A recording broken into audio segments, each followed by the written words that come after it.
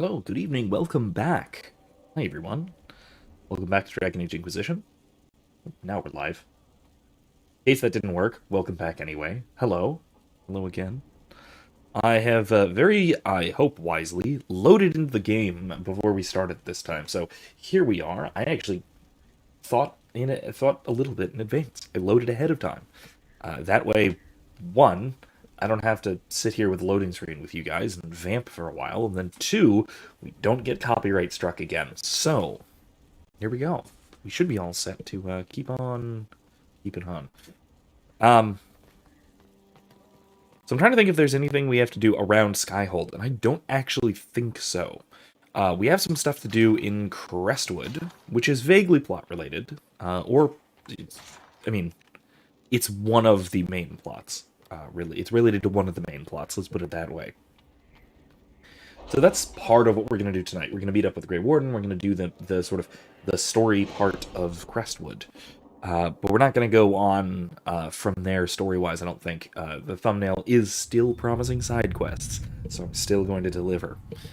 I do want to see if there's any other war table missions that we've missed or that have unlocked or anything like that. I didn't think so. That's just resources. Have you heard anything? Elven Glyphs thing. Oh, we can maybe do that tonight. I'll let you know as soon as I do. It's a bit difficult combat and puzzle-wise, so might be better to wait on that one. Likewise with this one. Eventually, one of these days, off-stream, I'll collect some shards, which is something that's just intolerably boring in terms of, for me to do on stream. It's just a wandering around collecting items, keep looking at a map kind of a quest. So yeah, let's just go to Crestwood. We'll bring Zorian, because he deals with undead. We'll bring Varric, he's our good storyteller, and Cassandra, because she's Chantry, right? All that sounds very good. All those things sound very good. That'll work. Same group as last time, really, but should be fine. It was a pretty good group last time. It seems like a pretty good group this time, so here we go again. Of heroes, annulment of Daresmut, Victorious Raider Trash. Anyway, so I'm once again back in class. Plenty to talk about today because we're in the middle of logic stuff. That's always fun, as I've been talking about before. That said, for those of you who don't know, update from Monday, I didn't actually have class Tuesday. I ended up canceling. Immediately after the stream, I discovered my age, which isn't that much, by the way. I'm not actually that old, but I'm apparently old. So I managed to throw out my back trying to take out the trash Monday night after the stream was over. And it hurt extremely, and I couldn't get out of bed Tuesday morning. So I had to cancel class. But I'm back. I'm doing fairly well. I have a nice heating pad in my nice gamer chair. So I have a nice mix of being wildly too immature and wildly too mature, so to speak. But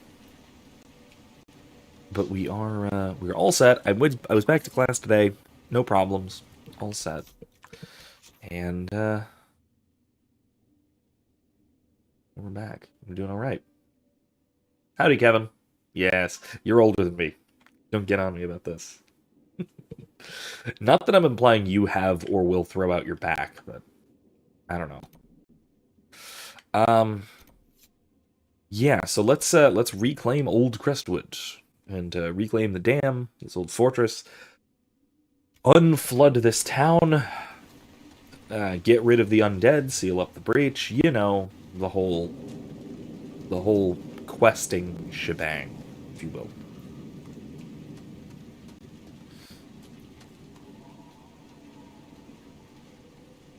Okay, yes, okay, yeah, I know, there's a freeze frame. Erica says, I better not hear you grumbling about having to do anything when my back acts up carrying your baby, you old geezer. Yeah, I know, it's a relevantly similar problem.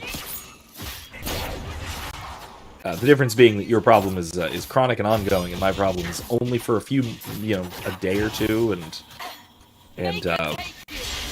will hopefully not...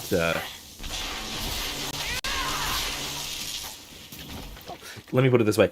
It is neither an excuse nor a suffering that will continue for too terribly long, thankfully. Kevin says, it's true, my back's been killing me for days. Oh, so you... Oh, I see. Yeah, likewise. Likewise. You get it, then, at least. Of course, I will say, this was entirely my fault. Totally attributable to old man behavior. None of those wardens mentioned a new leader. Okay, let's see. I don't think they're part of Corypheus' plot to seize the order. Or some of the best liars I've ever seen. No, you're right.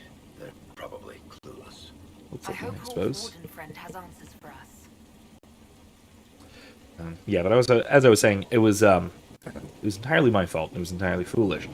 My legs were cold and therefore somewhat stiff from sitting here in my chair with the window open and it being 40 degrees outside that night. Now, by contrast, it's like 70. Ugh. It was a high of like 84 today or something ridiculously terrible. Ugh. Basically intolerable, really. It's almost like it was summer again. In any case, so my legs were stiff. I didn't want to bend them. So when I went to go put something in the trash bag, I bent over and I grabbed the very heavy, now heavy trash bag, and I lifted completely with my back. And then I felt this nice little... And then I didn't move anymore. Well, it didn't move. My legs still carried me about. But my back didn't quite move anymore. And then I fell asleep. I got to sleep by about 7 a.m. and my alarm went off at 7:30 a.m. and I sent a frantic email to my class that I'm not coming. And then I actually had to explain this to them today, so they didn't worry that I was going to give them the coof or something. Page from a Circle Mage's journal. I can travel around Crestwood. One person might sneak past the roaming dead with the aid of a little magic. I hear Redcliffe is taking in mages. If I get there, I'll be safe. I can't do it. These people have no one to help them.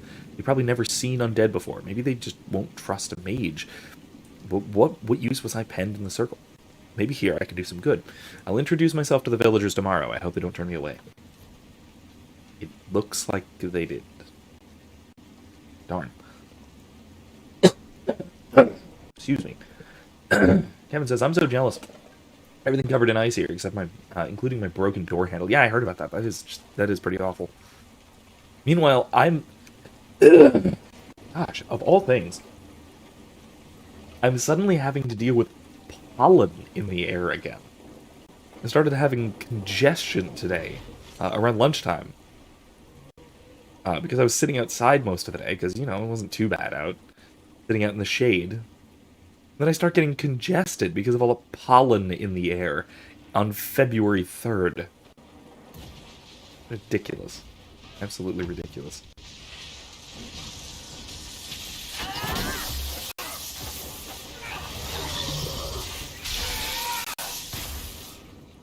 Anyway. That was pretty awful.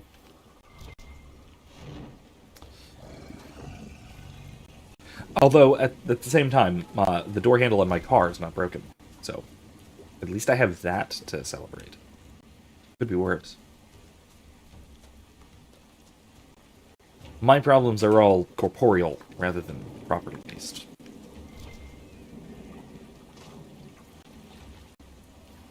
Let me see. Oh. This is it. This is the secret way into the, Oh, to the keep. Darn it. I have to claim the keep from the front door. I can't go around the back door. For some reason. Whatever. Fine, let's go do that. In any case.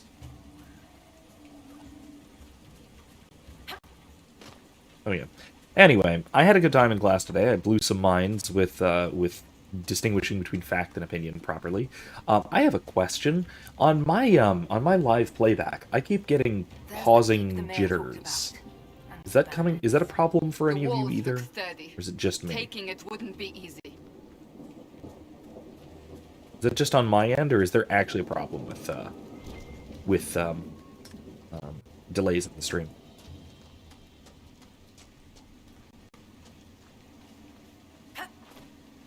Oof. I mean, that's nothing to laugh at. Kevin says, fortunately, I think it'll cost maybe 150 at most, or 25 if I do it myself. I mean, 150 is nothing to laugh at. That's not something I'd love to go spend because there was snow.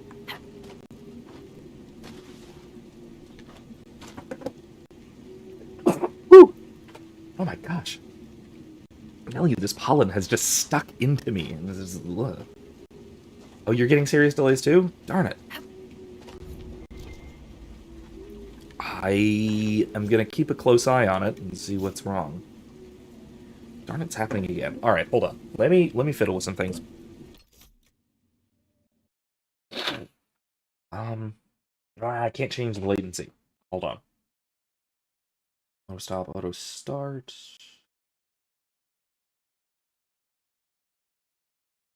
Darn. I don't know. There isn't much I can fiddle with. Everything's giving me healthy stream status. It's just every once in a while I just get a loading screen delay. Yeah. I don't like this. I don't know why. Can't figure it out.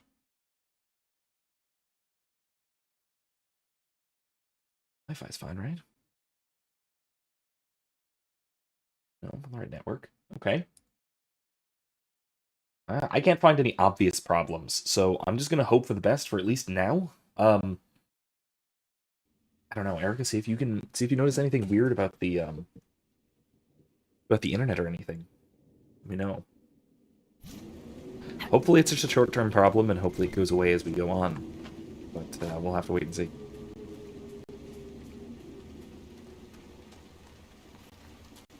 And once again, hopefully it's fine on replay as well. That's at least something.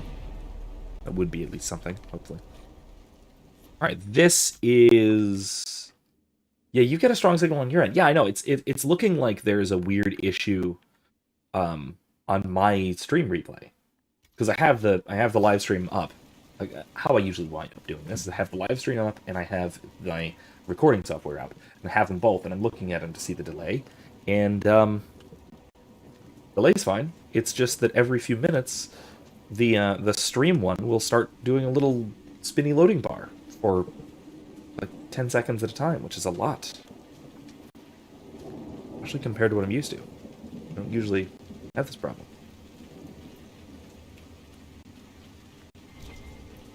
I don't think it's my computer delaying things, but it's possible, I suppose. It shouldn't be, really. All else fails. If it stays bad, yell at me in the chat. I will see if I can fix it. And, break. Break. It's not gonna break. Cassandra, you can break it. Use the banana stick. Well, if the banana stick can't break it, nothing can. Yeah, okay, never mind. Anyway. As I was saying. How do I get over there? Garrett Bronach. How do I get over there? I see the castle. Can I just go down this hill? Oh yeah, never mind. There it is. There's the front gate. I'm just dumb. Anyway. Let's see. Let's not do this yet. There's stuff down there, but not yet.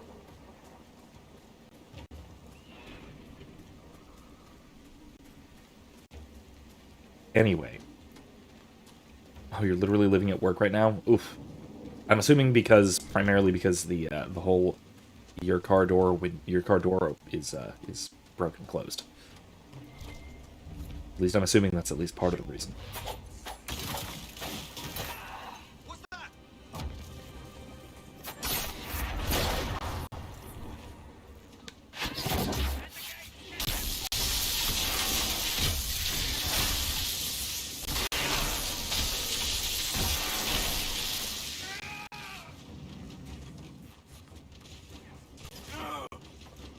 Alright, let's go, Cassandra. Why are you going after the Rangers? Whatever, it's fine.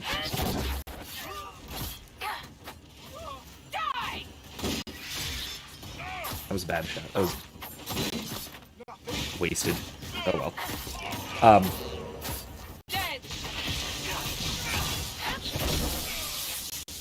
Anyway, so another fun thing we did today, as I was mentioning, was I was making this distinction that I often do whenever I do any logic or critical thinking section.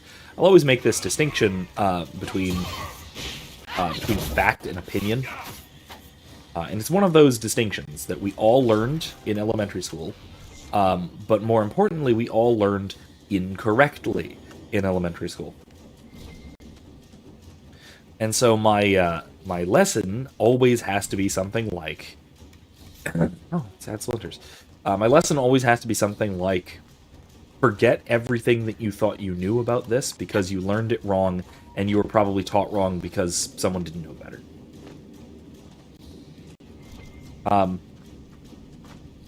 Let's open this... I can't open this door? Alright, fine, whatever. Kevin said, well, it's mostly because of the road conditions and the distance I have to drive. I got here before it got really bad yesterday around 3. I see. I see. I mean, that's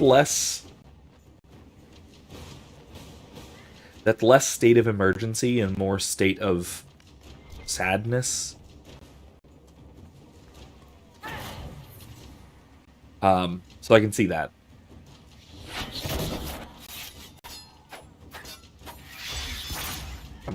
Got him.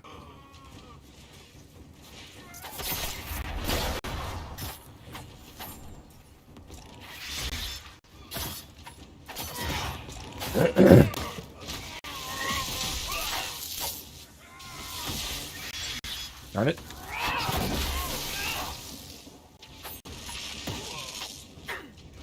Oh, whoops.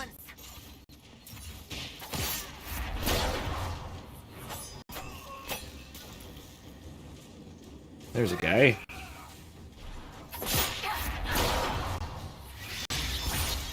Got him.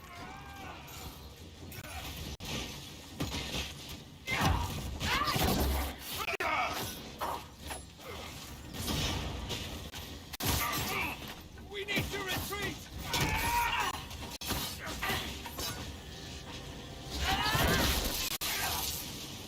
Okay.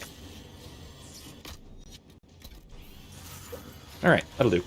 Now I have, I'm not going to go into all of the details on what I was talking about. This difference between fact and opinion. Kevin, I know you know. I've told you directly before. And it is also in one of my recorded lectures, which I will, I'll throw down in the description afterwards in case you or somebody else watching hasn't seen it.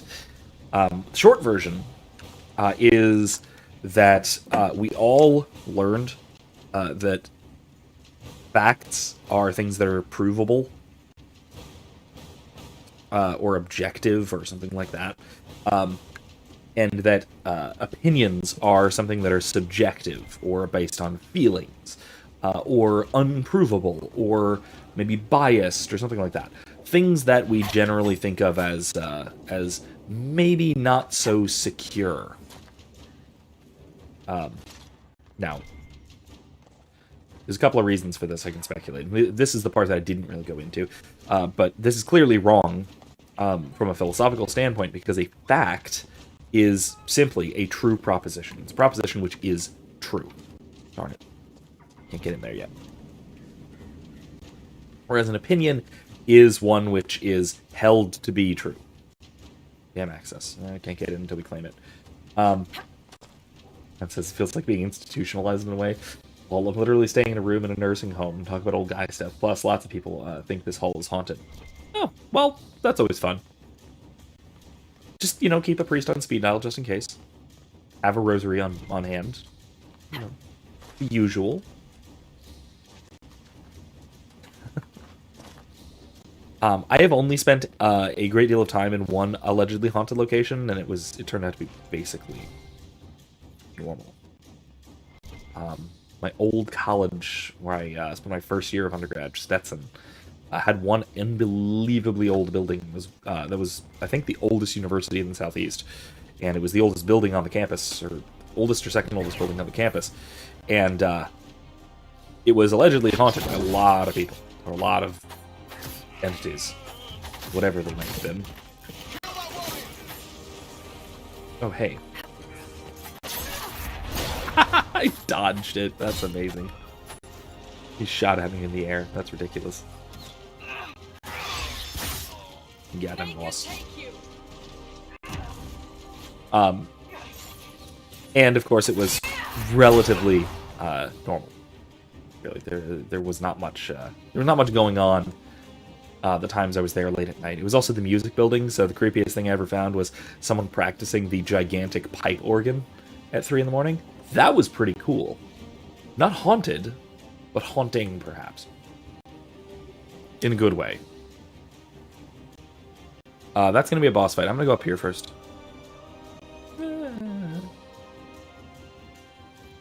Nope, never mind. No, I'm not. I was wrong. Anyway, though.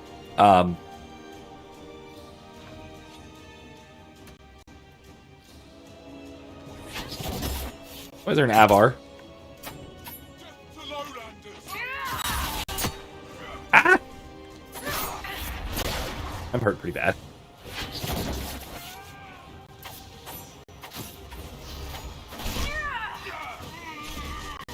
Woo!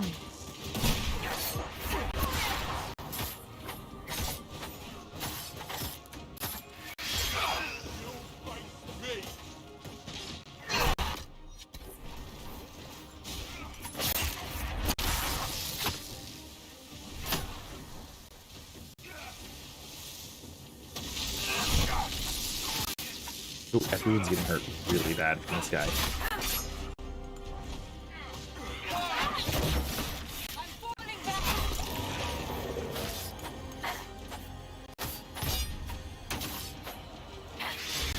There we go, got him. I think that's all of them. We could throw the Oh, no. Inquisition's banner over the battlements. The villagers may not even object. Stand, huh? Alright, sweet.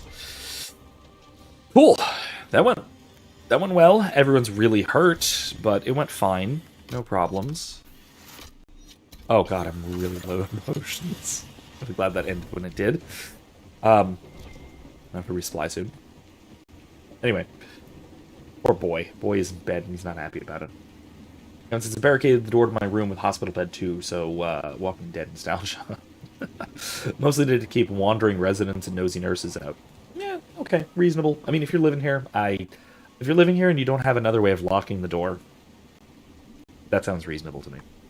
Seems, I mean, out of context, it seems really weird and paranoid, but in context, yeah, no, I get you. I 100% get you.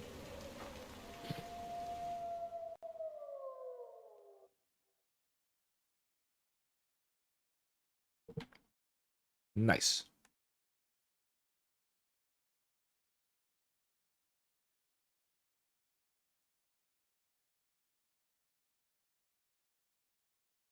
Meanwhile, got myself a nice Rob Roy to drink tonight.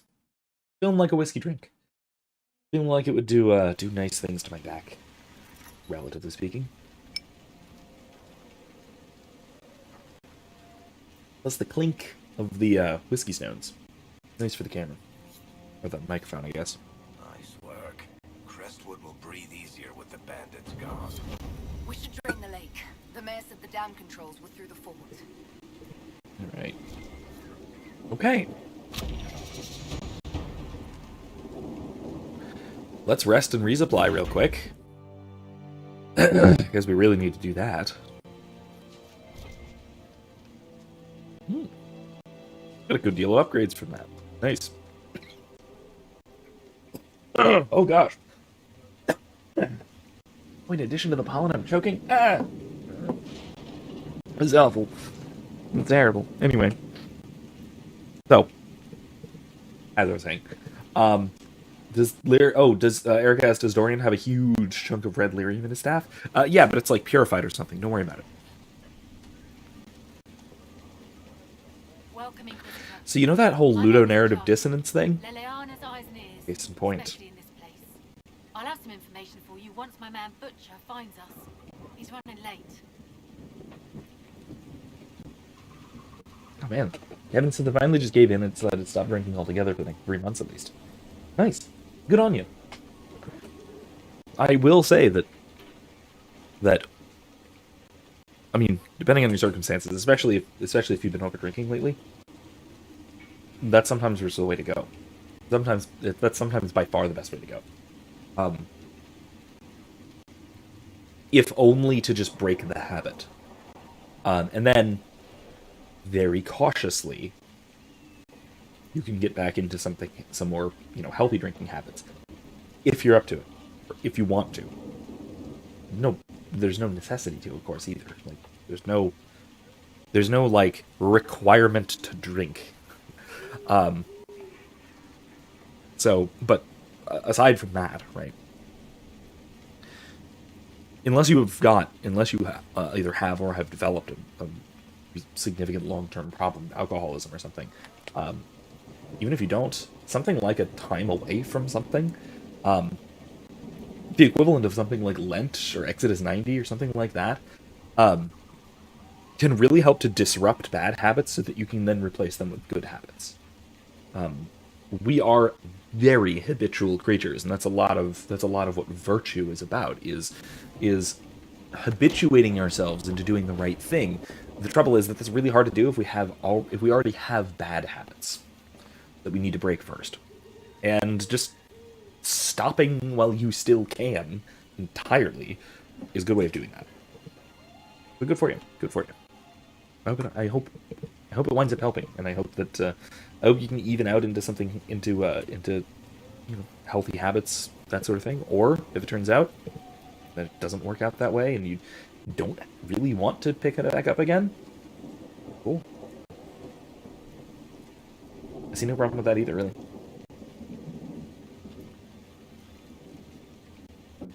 Now, as far as addictions go, I have a chemical dependence on caffeine, which is not severe enough to cause real problems, but it's there. So, yeah.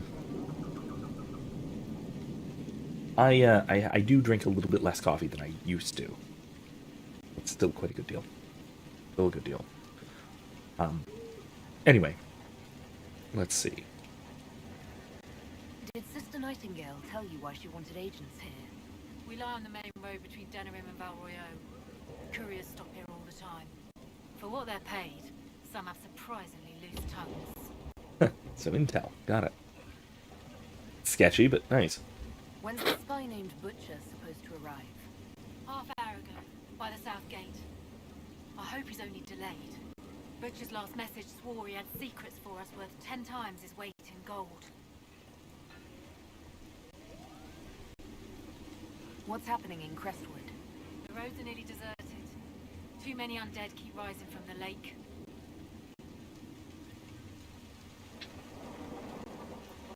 Okay. We're gonna go handle that, I hope. I should be going. Farewell. Alright, so let's open this dam. Or at least try to. Kevin says if... The mayor said the dam controls were through this gate. Yeah. Kevin says it's really weird. Drinking carries a sort of charm if done in moderation, so it feels like I'm taking out a part of life that makes things interesting. In reality, it just makes me stupid. Yeah, well, I mean, if not in moderation, it's one of those things that, when taken to excess, becomes the opposite of its moderate amount. And honestly, a lot of things are like that. That's how a lot of vices work. Vices are either excess or deficiency of something. And so, if drunkenness is the vice of healthy drinking, first of all, I don't think that there is a counterpart vice of deficiency with respect to drinking. The dam must be where we can open the floodgates.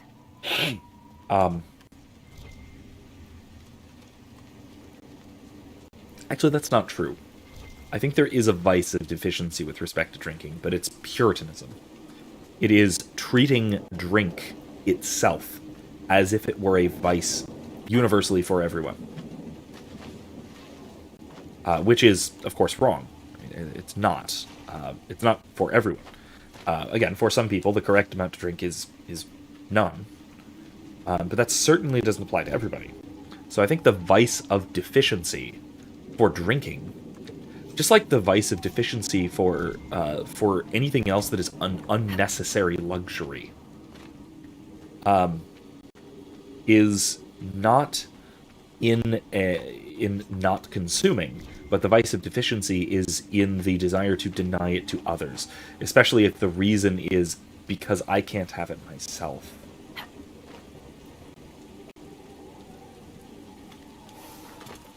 I think that is more like the vice of deficiency with respect to drinking and other things like that.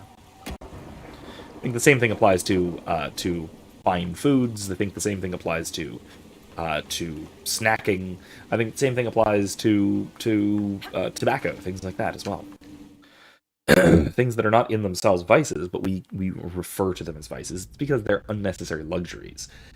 They're good in moderation. Oh, well, hi there. Just passing by. The Inquisitor? Oh, Dorian. We didn't know you were here, sir. Please don't tell anyone. Oh, Dorian. How did you get past the guards? There weren't any when we got here. We just heard you killed the bandits, your worship. We didn't know you were moving in, we promise. You won't tell people we were here, will you?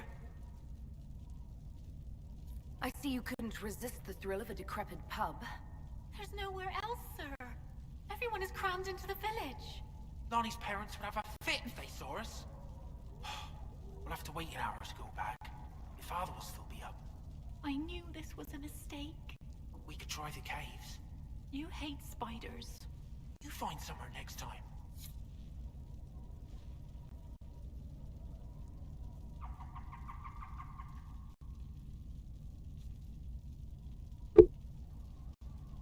Anyway.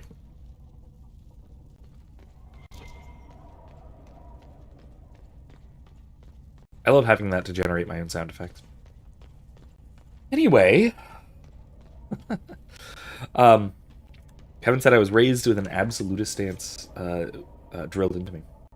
It's a classic case of overreaction in my case. Oh yeah, I can see that. I can see that happening. It's really common, sadly. In my experience, and from what I know about the matter, the U.S. has a really unhealthy drinking culture, where we have acceptability in two extremes. We have absolute Puritanism on one end, absolute teetotalism, and on the other end, we have binge drinking, which is like, you know, the whole frat boy college campus binge drinking culture. Both of which are barbaric and uncivilized. The excess, because you're making yourself stupid and you're surrounding yourself with other people who are making themselves stupid. The opposite end, the deficiency, because you're imposing what is good for you onto others when they may in fact have something that is differently good for them, that is actually different for them for good reasons. It's wildly unhealthy in both respects, and this is also because of, I think, in large part, due to, well, first of all, our very Puritan Protestant past. Say that 3 times quickly. But then also, because of our history with Prohibition, and then our current status since the, 70s or 80s, I think, of a 21 legal drinking age, now nationwide. I think that is largely responsible for kids not developing habits early of drinking in moderation and drinking healthily. And I've been drinking an occasional glass of wine or champagne since I was 10? Something like that. Because I grew up in an Italian household with Italian family, and when we all got together for dinner, I'd have a small glass of wine. After dinner, or with dinner, or whatever. When I started drinking coffee in high school, I would start having Italian coffee when I was at Christmas with family or whatever. Which, if you're not sure, is espresso with either limoncello or not vermouth, sambuca. Usually Sambuca. I still don't love limoncello and coffee. It seems like a weird sour and bitter combination that I don't love. In any case, um, yeah, I basically learned to drink without getting drunk since I was like a child, basically. And that's European and especially Mediterranean, and especially Catholic Mediterranean culture. Way more so than what we have here. So let's see. The Rusted Horns menu. Ale, 3 coppers. Cold ale, 10 coppers. Wine, 2 silvers. Antivan brandy, 6 silver. Keep in mind, important, at least I think this is still the case in this game, that the denominations for these are 100 coppers to a silver and 100 silvers to a gold. I think. At least I think so. And so it's a much broader denominational difference than say, like, something like D&D, where it's 10, 10, 10 all the way down. Bread and cheese, 2 copper. Turnip and mutton pie, fish, stew, plate of wyvern wings, really chicken. Or wyvern steak, real, for 2 gold. Wow. Now that's fancy. That's fancy. In a tavern like this, really. Kill it. Erica, kill it. The First Blight. I'm not going to read this unless you want me to. I'll happily come back and read it later if you'd like. But not at the moment. Yay, dead. Thank you. Thank you, Erica. Well done. Well slain. You're not as handsome as you think, Dorian. I must be. Or you wouldn't have been thinking about it all this time. Anyone who claims it as often as you do must be dreadfully concerned they're not. Look at this profile. Isn't it incredible? I picture it in marble. Oh, God, I love Dorian. Alright, let's see. Anything else in here? No? Let's just do it. Let's open her up. Cassandra, Derek, anyone want to help with this? It's probably heavy. Alright, whatever. It's fine. Abel can do it herself.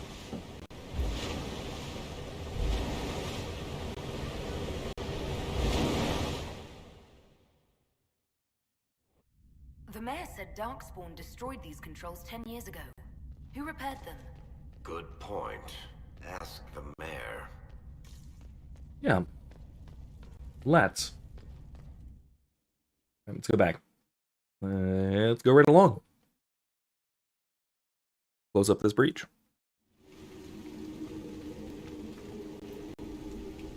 Oof.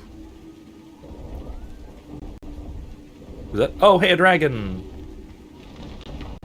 A dragon! I suppose we must fight it. Later. Later. I know you're excited, Cassandra, but we'll do it later, okay? Yeah, we'll do it later. Yeah, see, it's going over there. It's going over there. Oh, well. Evan says, the situation with the girl didn't work out, by the way. I was disappointed, but also relieved. Relieved in what way? Oh, yes, zebra dragon. I think it's an electric one. I think it's an electricity-breathing dragon. If I remember correctly.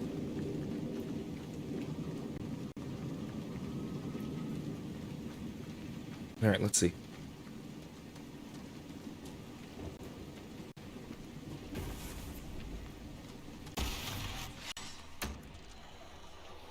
Ow.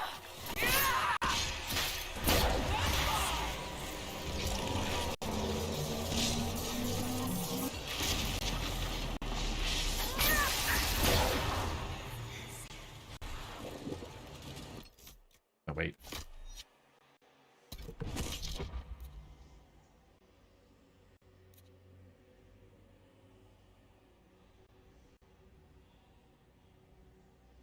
Are you serious? Her, spell purge is on cooldown. Of course it is.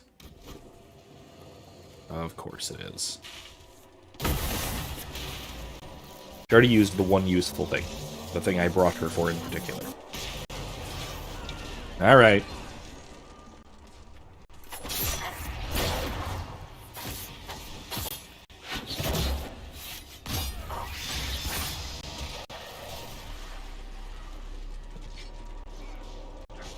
Okay. Ah, I see.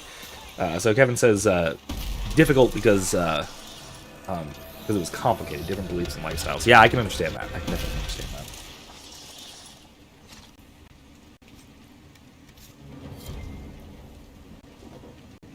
Yeah, that can make it difficult. And it's not unmanageable from the outset. Right? That is not necessarily an impassable obstacle.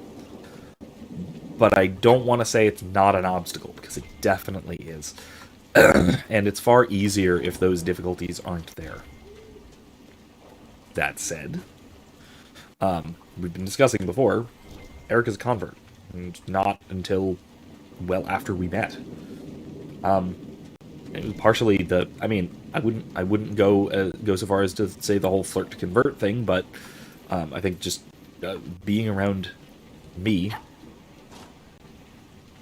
who and I mean, she can correct me if I'm wrong if there's more to it than this, but just there being a source of information, just led her to conclude that Catholicism is true, because it obviously is, and you know that can happen. That sort of thing is not unheard of. It's not implausible. But on the flip side, it's also no guarantee.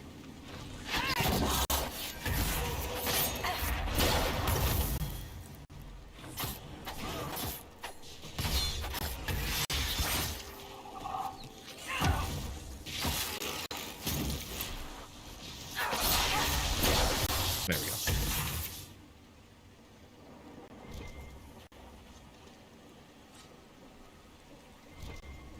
What am I? Oh. Okay, moving on.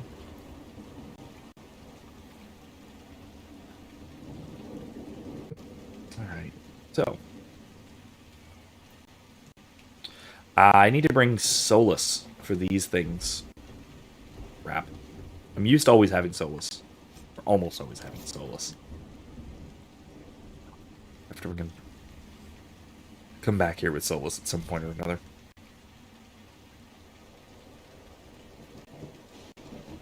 Gosh, I am realizing that this game is going to last us forever.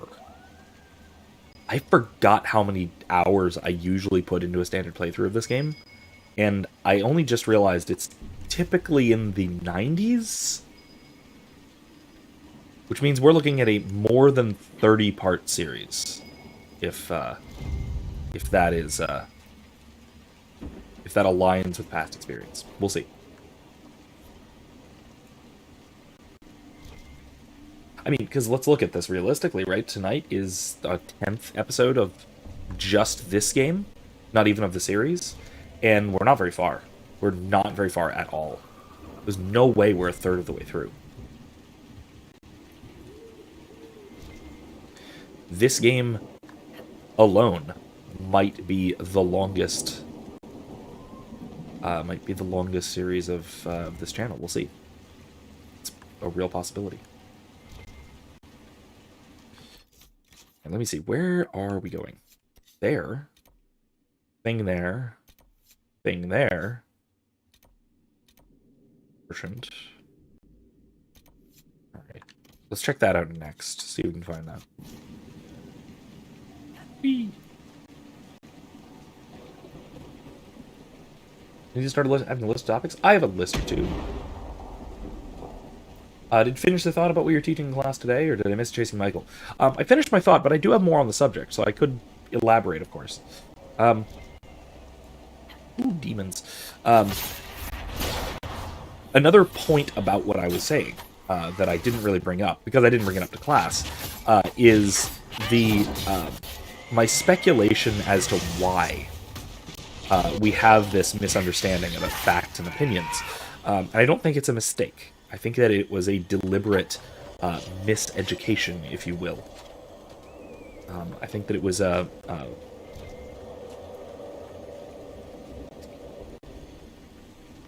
I don't know how conspiratorial I want to be about this, but I'll go a little bit conspiratorial. I mean, hey, okay, yeah, Kevin's got a point too. Discussing his personal life issues that's fun too. There's nothing wrong with that, especially if I can generalize from the specifics. That's cool. It's no big deal. Anyway, though, like I was saying, we know about this fact versus opinion problem. I've been talking about it for years now. And I've noticed it being a really significant problem. And because it makes philosophical speculation and philosophical discussion very, very difficult. Because if we treat opinions as if they are merely subjective, and they don't actually matter, and they're not something that we can discuss in a logical way, that we can disagree about, that we can dispute, that sort of thing. Whoa, I just got a double kill with that ability. That was cool. But if an opinion is just your opinion, so to speak, then all that means is that we can't take each other's opinions seriously in the same way or to the same degree that we otherwise could. That we could if we took our statements of opinion as propositional. As in other words, as making definitive truth claims. Which we habitually don't as a culture. So, why not?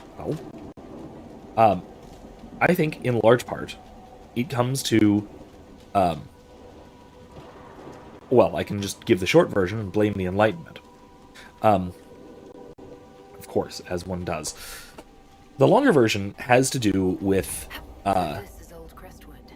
it has to do with specifically the subjectivization. They reach out to see what our reality is like. Here, hold on. Trapped. The subjectivization of the aesthetic and of the ethical, primarily, first and foremost, more so than anything else. And I say this in particular because most of the things that, well, also, I will add, the subjectivization of the religious or the theological is also often subjectivized. Is treated as if it is a mere preference rather than a genuine propositional opinion. And this is done so that we can ignore all of these things. Married off by now, Sparkler. Little magelets running amok. If my family had their way. Had someone lined up for you, huh? Livia Herodotus. Bright girl, hourglass figure, wicked tongue. Relieved I'm gone, I expect. Sounds like you two would have made a happy couple. Oh yes. Trading coy insults at every party would have been a delight. Oh gosh. I would love to see Dorian with a beard, so to speak. Anyway. I'll come back to that, whatever that was. The yelling ghost. But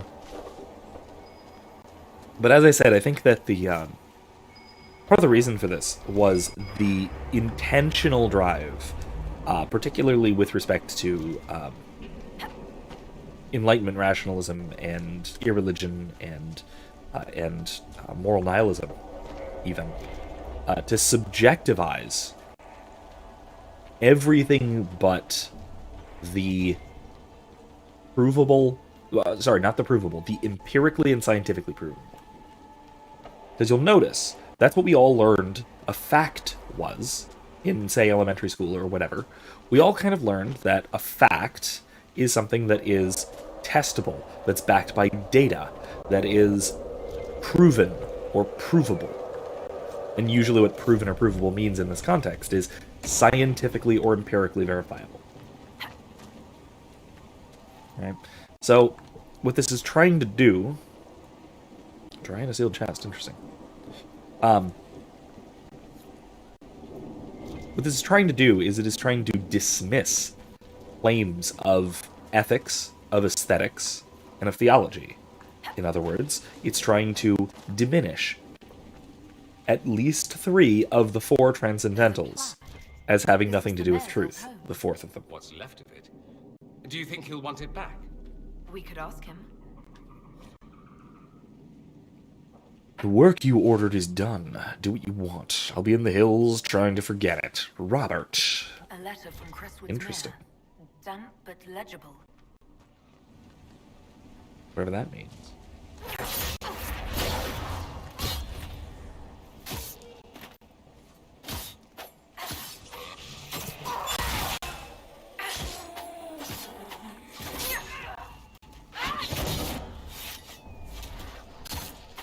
Okay.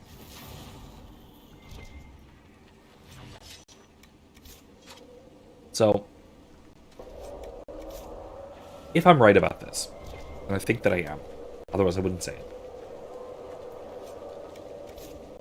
I think that a large part of the reason why we have such subjectivism and such dismissal of religious and theological claims, such dismissal of ethical claims, such dismissal of aesthetic judgments, because my example I used in class was looking about ice cream flavors. You there? I claimed that chocolate ice cream is better than vanilla, but I also claimed that I prefer vanilla to chocolate. Right? I don't think these contradict each other because one of them is about ice cream, one of them is about me. But we modern, mostly Westerners, are trained very carefully never to make aesthetic judgments sound too objective. Right? So we are never to say such a thing as chocolate ice cream is better than vanilla. That isn't supposed to mean anything in our cultural context, even though it obviously does. Right? Okay, so I think, in large part, that this dichotomy between fact, meaning scientific, empirical, and opinion, meaning value. Right, so also we find this fact-value distinction as well, going back to Hume, that this is meant to diminish or discard the ethical, the aesthetic, and the theological. In other words, beauty, goodness, and being. 3 of the 4 transcendentals, the other one being truth, and it's trying to separate truth out from the other 3. That's my theory. And I think that it's largely been successful. Dangerously successful. Where's the spirit we're supposed to talk to? Excuse me. I'm gonna go claim this landmark and come back to it. Kevin says, my dad has been asking my opinion on the current state of the government a lot lately, and to his disappointment, I've just black-pilled the conversation. There's no need to be black-pilled. Did you see Monday's stream? Or did you go back and see parts of it? Because I had a good conversation with Eddie when he was here on Monday. About whether we should be optimistic or not with respect to some of the nastier things that the governments around the world are doing. I need to find this weird little ghosty. What's going on?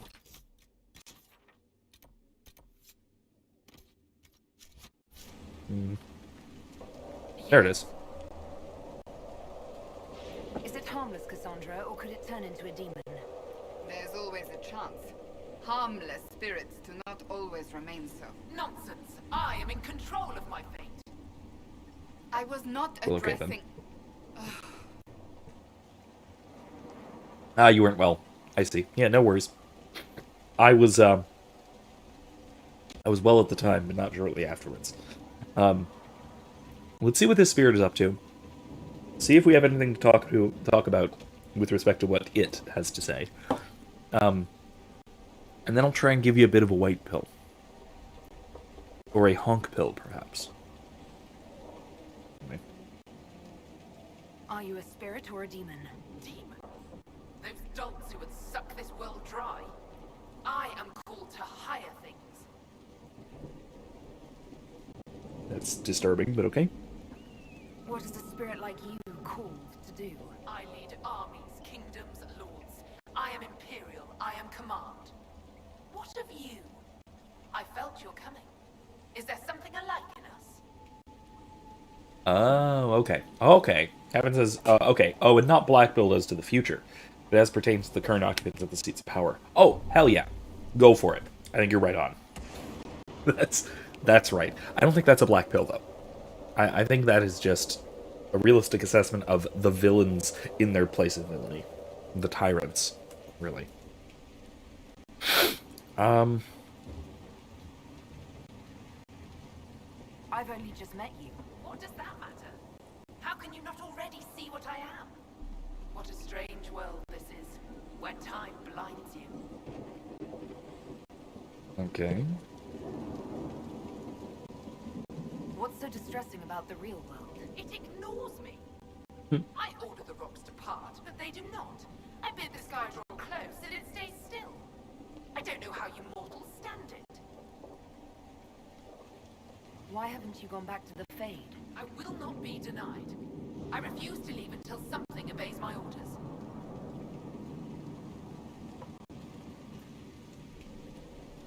This is miraculously relevant to exactly what I was about to say. So here we go. Erica said, I just saw an advertisement for mac and cheese. No, I really want mac and cheese, but I don't want to get up and make mac and cheese. That's the struggle, you know? You should do it anyway. Go for it. I believe in you. I mean, it'll be a little late, and you'll probably want to be going to sleep, but I will happily make you some afterwards if you want. Just let me know. Anyway. Or remind me then. I mean, really. So the spirit here. This reminds me. So this is a spirit of command, a spirit of imperialism, a spirit of power. Okay. This is the same attitude the tyrants have.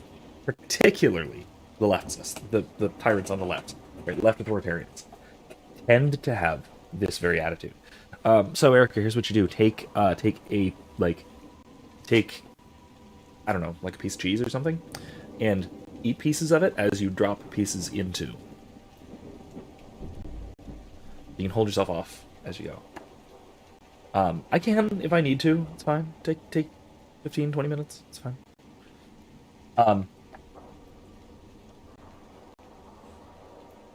So this attitude, as I was saying, is very much in line with the no, don't. Okay, well, I don't know. It's an idea. This attitude is very much in line with tyrants, particularly the authoritarian left. The unconstrained vision, as Walter Block said. Was it Walter Block? No, it wasn't Walter Block. It was.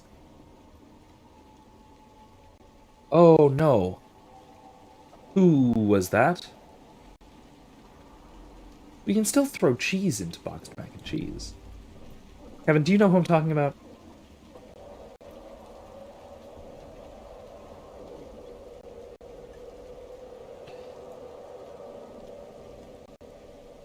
Not Walter Block. Walter Williams. Is it Walter Williams? It might not be Walter Williams. It's gonna bug me. I'll look it up while I talk. Because this is gonna bug me. Kevin said, also, does a strictly material reflection on aesthetics give us a basis for an objective proposal regarding beauty? Like, can we make an argument that something is beautiful from materialism? No, but mostly because I think materialism ultimately doesn't give us meaning, reference, or significance in general. I think that something purely material can be beautiful, but that beauty transcends its materiality. Let me put it that way. Maybe that, I don't know if that sounds like it might contradict itself. I don't know if it actually does.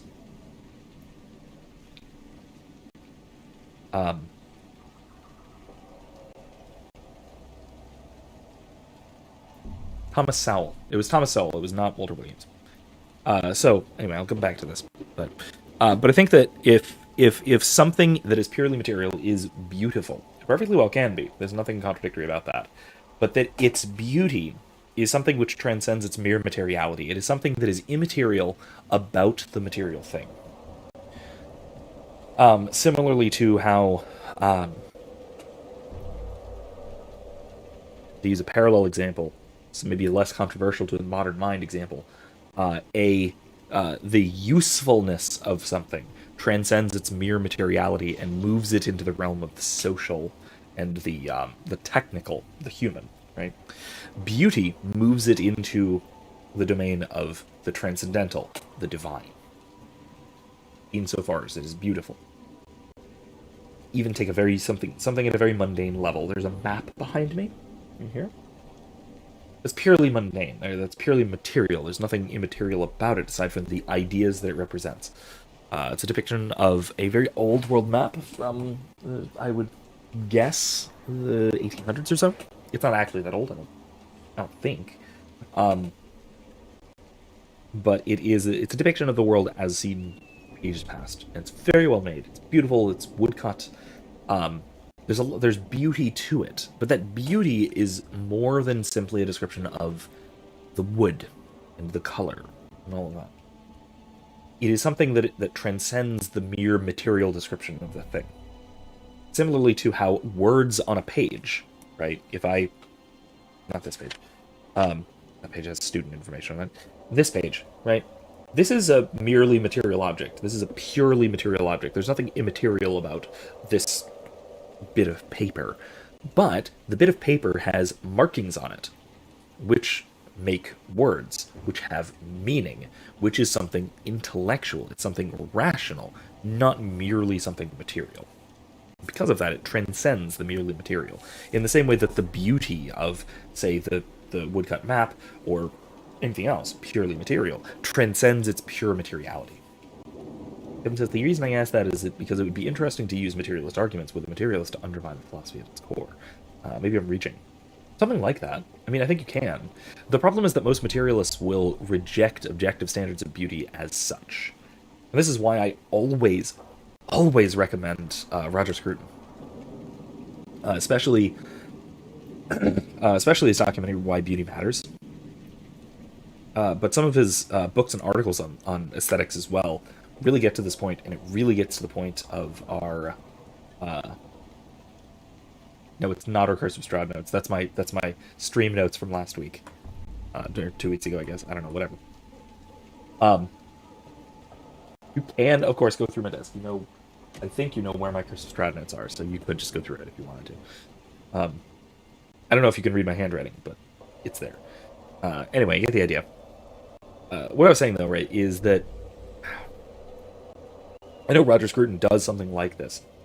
He points out that, while yes, materialists tend to deny the objectivity of beauty, they also, either by denying it, begin either abandoning part of their humanity or disintegrating their society in so doing. Or, I guess I should say, if they are going to accept objective beauty, they have to accept something that transcends the merely material. You can't read my horrendous handwriting. Okay, you're making mac and cheese. All right, I'll keep an eye on the chat. Thank you. So, as I was saying, another thing, hunger went out. Well, that's good. Hunger deserves to win sometimes. Especially while you're pregnant. You're feeding two. So, our spirit here. Our spirit here is power, command, expanding beyond the mere power over other persons, or persons, generally.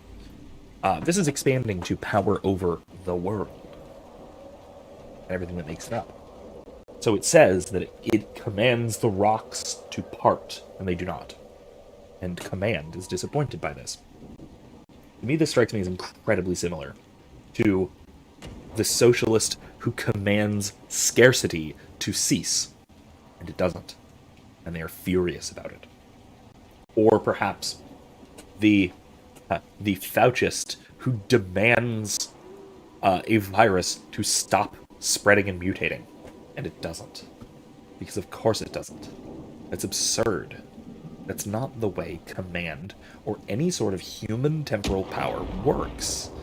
We're not transcendent, we are not omniscient, we are not omnipotent. We interact with each other and we have a certain measure of power that we exercise, but that is very different from the omniscient power of God, or even, in this case, the immaterial power of a spirit, or, by analogy, the immaterial power of an angel. this is what Thomas Sowell called the unrestrained vision of humanity. Unconstrained, sorry. The unconstrained vision of humanity is this is from his book Conflict of Visions. The unconstrained vision of humanity is the view that human beings are entirely malleable by nature, that we can be molded into precisely whatever the movers and shakers of society want us to be, and we can be made better. It is the view, broadly speaking, of the authoritarian, and it's the view almost exclusively of those in power around the world right now, especially typified by the COVID regime. This is contrasted with what he calls the constrained vision of humanity, which is that human beings are part of the natural world, at least to some extent, to an important extent, and so we cannot be molded and manipulated to this degree. Human nature is immutable. That we can't work our way around human nature just because we want the world to work differently. Just because we can't. I gotta kill that for us. Just because we can't. Delete, not you. I don't want to kill Kevin. Sorry. And timeout. Hello. Timeout. Ah, there we go. Cool. Got him. Kevin says, so basically Fauciists are caught up in a hyper-optimistic delusion regarding human ability. Not just regarding human ability, but regarding human mutability. So, it's not necessarily that they're optimistic about people's ability to do things. They're optimistic about their ability to change people. Just like the spirit here is optimistic about its power to command the stones to do things, which it obviously can't. Right? It's not in the Fate anymore. It's in a material world. Similarly, a socialist thinks, or at least feels. What happened? Oh, I got it. Don't worry. Is that why you're mad? Sorry. A socialist thinks, or at least feels, that things like scarcity are mutable. They can just change. They don't have to be that way. That we can overcome the material conditions of scarcity if we want to hard enough. Or if we have the right central plan or the right people in charge, they can manipulate and change and alter the fundamental fabric of not only society, but the fundamental nature of material reality to their whims. And, of course, that's nonsensical, and we recognize that because we hold to what Williams called the constrained vision of humanity and society that surrounds and contains humanity. That's the difference. And so the spirit here, is holding very fundamentally to the unconstrained vision of not only humanity, but the world, the material world itself. And he's naturally very upset that its power is not manifestable in the way that it's used to in the Fade, where everything is unconstrained fundamentally. And so this is why tyrants operate like the way that they do. They think they can accomplish everything. Kevin says, it's okay, Erica. They had receding hairlines and large ears. Also an unpronounceable name. Huvilk. Huvilk. I don't even think that's a name. I think that's made up. Pretty sure it's made up. Pretty sure I could type that by bashing my head on the keyboard. Anyway. Also receding hairline, large ears. Goes without saying. Anyway, I think it's best to humor these crazy people, at least in this case. But then I feel compelled to help you. I pledge myself to your service. That was unwise, never mind. I have only one command. A creature made of rage had the gall to chase me across the lake. Destroy it in my name and be rewarded. Killing a demon is worthy of us, at least.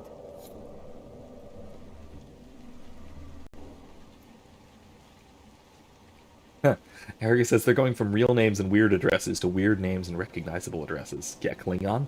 Yeah, actually, it does sound kind of Klingon, doesn't it? Maybe. We already went in here, didn't we? Yeah, but we still need to find one more pile of corpses. Okay. Keep looking for corpses. Oh, no, it's fine. Don't worry. I'm busy. Alright, I'm busy. Already found these corpses.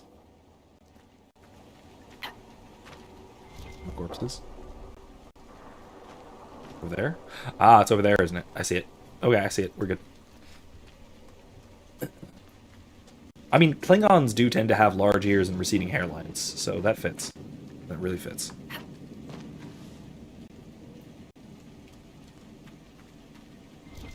Anyway, in addition to the point of the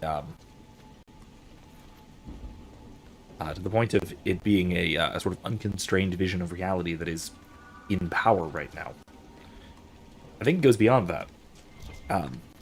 I mentioned on Monday. I'll actually give you a timestamp.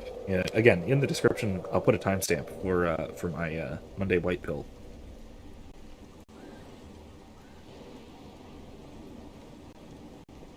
I think it was actually a good one. Maybe I'll even clip it. I don't know. Might be worth it. You tell me. Go back and watch it and see if it's worth clipping. So the primary point I was making was in relation to primarily. Sparkler, what do you think of the Inquisition so far? It's Well, let's interesting, hold on. I'll give you that. An archdemon attacking me as a first. 5 Royal says you'll see something weirder before the day ends. I don't think I should take that bet. Well, we're about to. Anyway, Where though, does I this think, lead? let's see. Let's go in here and check it out. I will say, oh, God, another one. Erica, you back? You got this? Ah, good one. That was a good kill. Barely even got a chance to notice. Anyway, so. We enter into the caves. That's a lot of spirits. Come on, let's find that Fade Rift. You lead. I always get turned around underground. Is it me? Or did the temperature plunge as we stepped inside? You're a dwarf, Varric. What's wrong with you? You're not a very good dwarf.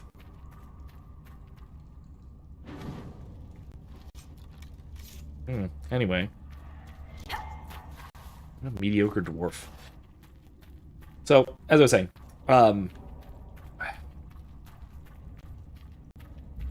my major white pill from Monday had primarily to do with the Great Honkening. That is the trucker protest in Ottawa, or in Ontario. Ottawa? No, Ottawa. Right. It's the city, not the province. The capital of Canada. And part of it, the part that I find particularly encouraging, is that almost immediately, when a bunch of semi-trucks showed up and started honking their horns, and that's it. They're just honking their horns. And they're just semi-trucks. This was not, like, an army or anything like that. It was guys in trucks started showing up on the doorsteps of the Canadian Parliament. Immediately, Prime Minister Justin Trudeau fled and has been in hiding ever since.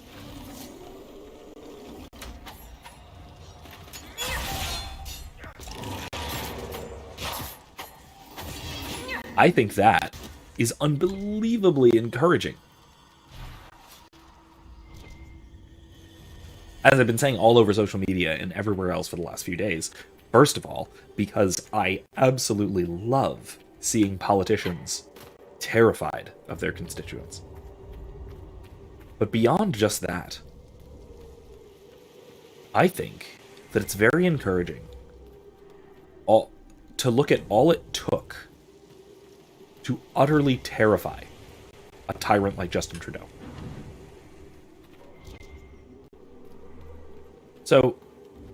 all it took was a bunch of guys, like I said, driving semi-trucks. These were not armed. These were not an army. This was not... They weren't even, like, hell-bent on overturning the government or doing anything to Justin Trudeau himself. Nothing like that. These were just a bunch of dudes who wanted to show up and honk their horns until he talks to them. And, well, quite frankly, gives in to at least some of their demands. Which, let's be honest, are perfectly reasonable. Their demands basically amount to leave us the hell alone. That seems like a pretty reasonable set of demands.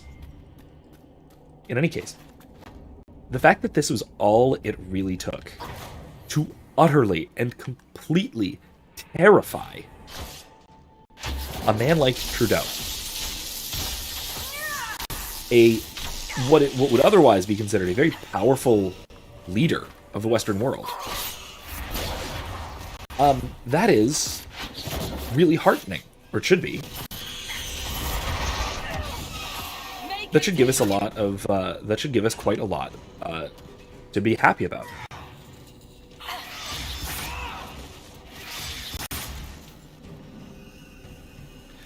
In a similar way to, as I noticed, are you kidding me? Inventory's full, really? Darn. Alright, fine. You can still pick up crafting materials.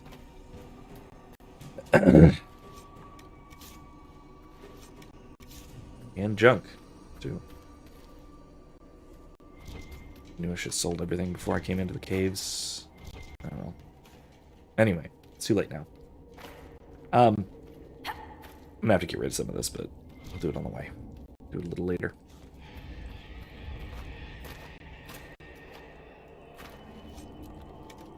I need that. Okay, hold on. I need to get rid of stuff. Meanwhile, I'll get rid of some crap while I talk. So, as I was saying, I think that...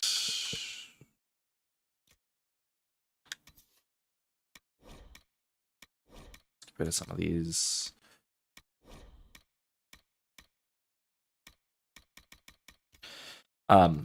I think that another example of this, another great example of this, is the unscheduled tour on January 6th. So, the unscheduled tour on January 6th, if you recall, was enough to terrify basically the entire government of the United States, the most powerful government on Earth. Absolutely terrify almost every single one of them into basically submission. We had basically all of Congress, not basically, I think all of Congress, I think literally all of Congress, flee for what they thought was fleeing for their lives. From a bunch of completely unarmed yahoos. Most notably, for example, the nice old grandma with the knitting needles. The old lady wandering through the Capitol looking for the gift shop holding her American flag. How's it going, everybody? I'm starting an insurrection. Right? That's all it took to drive these warmongering, blood-soaked bastards cowering under their chairs and into a bunker.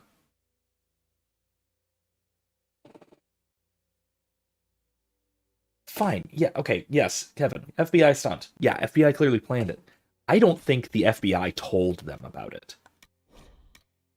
These people were so terrified. There's no way they were in on this stunt. Yeah, without a doubt, this was an FBI planned operation, right? The FBI was involved from beginning to end of the whole thing. Yes, obviously.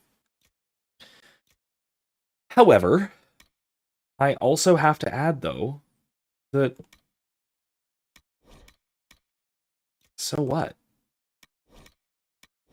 It still scared the living hell out of a massive collection of some of the absolute worst people who have ever lived.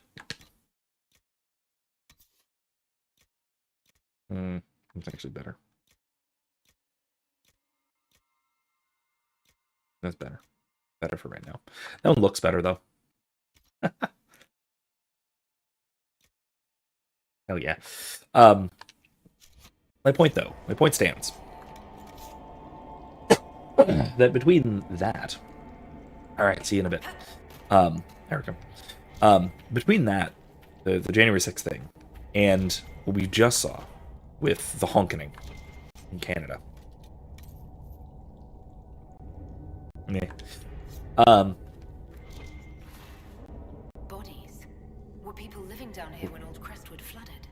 Poor bastards, I'm going to have nightmares just thinking about it. That is horrifying. Stuck in a cave as it floods. Horrifying. But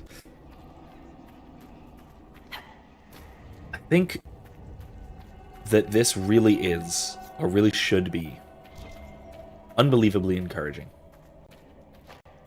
The fact that these people, some of the greatest criminals who have ever lived, are so easily frightened.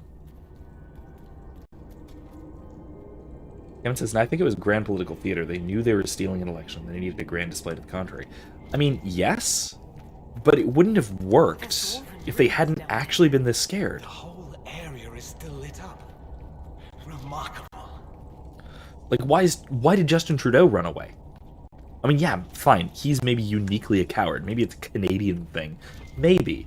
But I think a better explanation, just sum total, a better explanation, is it's not that Trudeau is uniquely fearful. I don't think he is. I think, by contrast, he's a perfect representative of what people like this are like. Tyrants are innately cowards. They have to be. Plato got this. Got this perfectly coherently, perfectly well.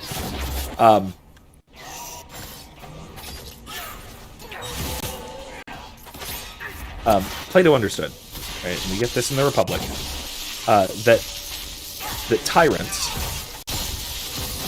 are absolutely terrified of what might happen to them if they get caught on the wrong side of their people, which can very easily happen. Right? That we know this, right? We know that tyrants can be very easily caught on the wrong side of their people because we keep seeing it happen, or we keep at least seeing it almost happen. We've seen it happen plenty of times in the past, where tyrants will,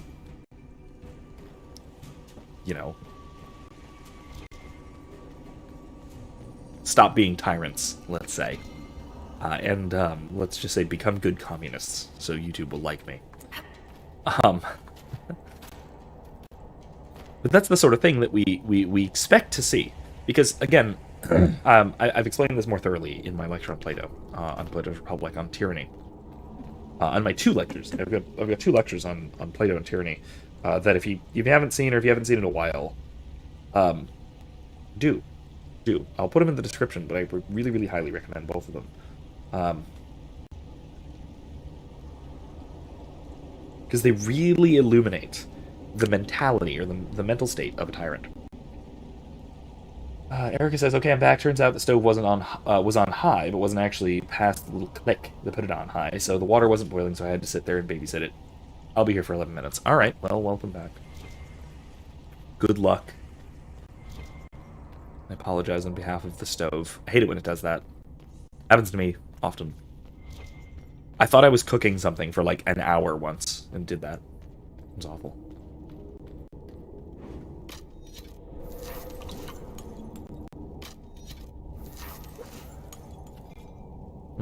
There's a rift. Kevin says, a few underlings and henchmen hiding while the bigwigs are whisked away to bunkers. Bah. Well, I mean, that's the point. They're whisked away to bunkers. The fact that they thought that was necessary is an absolute win.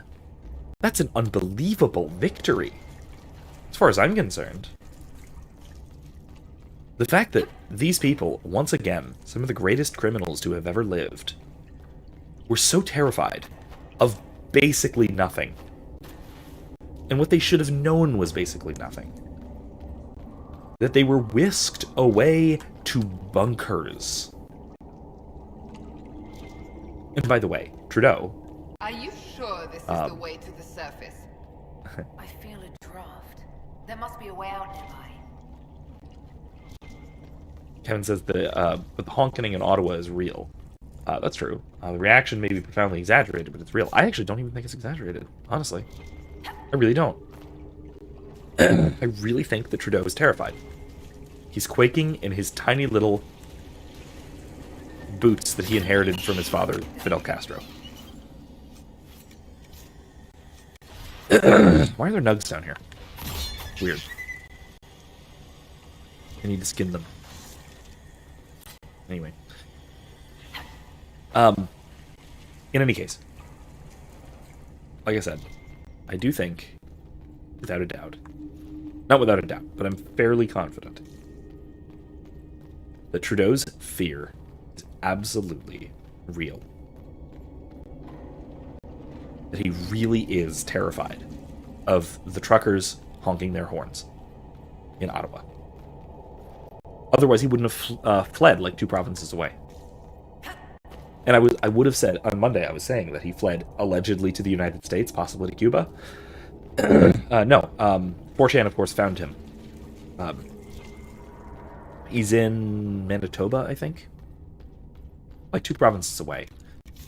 They actually found the house that he's broadcasting from. So, there's that. Excuse me. Sorry, the throat's getting congested again.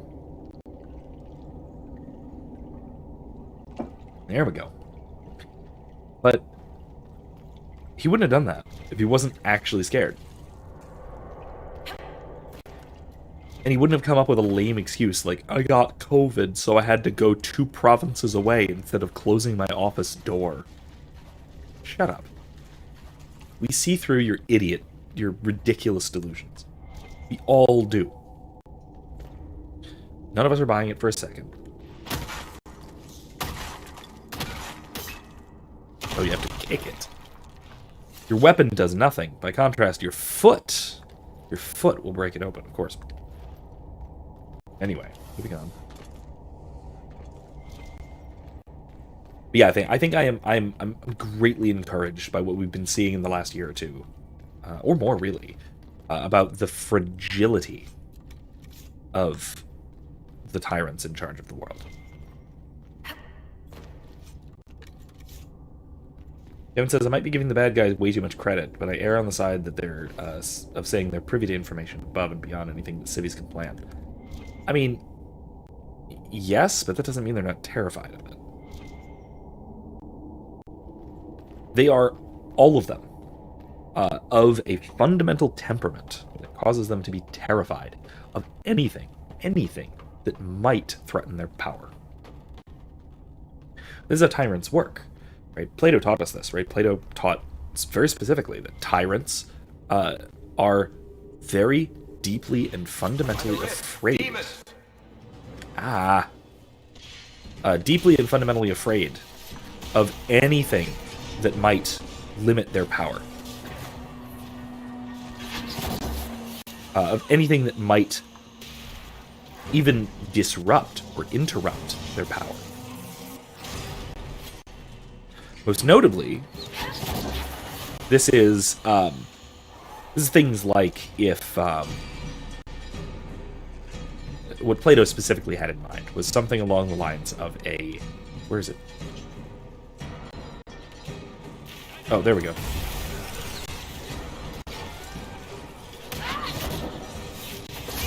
Yeah. Plato specifically had in mind something like, not particularly, but something like the king or the emperor's guards betraying him and turning on him.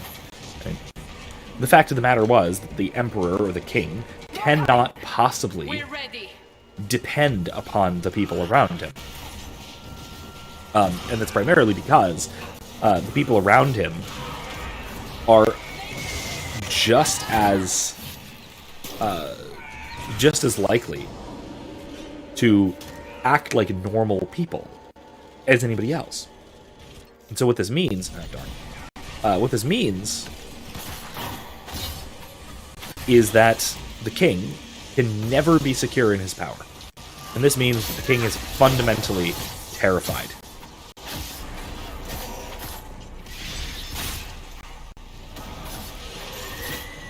And fundamentally terrified not just of some things and some people, but fundamentally terrified of everything that they possibly can be. Because everything around them is a potential threat. And the life of the tyrant is constantly tortured by the possibility that they will be overthrown and ultimately perhaps worse. From attacking Crestwood? Let's tell the man. And that's why. Again, that is why the tyrant has this fundamental aspect of psychology. I say his because there are, well, traditionally, Plato talked about male tyrants. There are currently female tyrants all over the place. Don't get me wrong. I watched the Hillary Clinton election too. I'm aware of Jacinda Ardern or whatever her name is in New Zealand. I know there's female tyrants. But in either case, the way that the tyrant thinks is fundamentally fearful.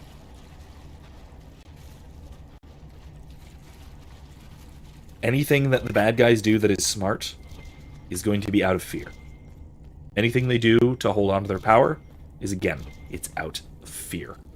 Only reason they do anything is to preserve their power, and because they are terrified of what might otherwise happen.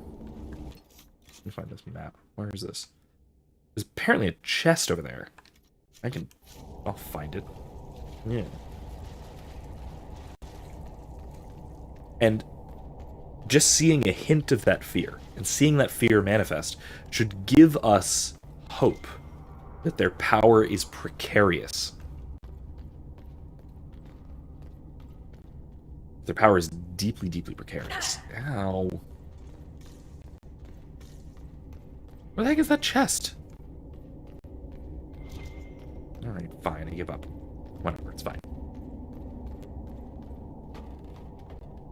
So yeah, I think that's a very good reason to be hopeful. I do think that you're right, to a degree, that we shouldn't underestimate the elites, but it's also really important that we don't overestimate the elites.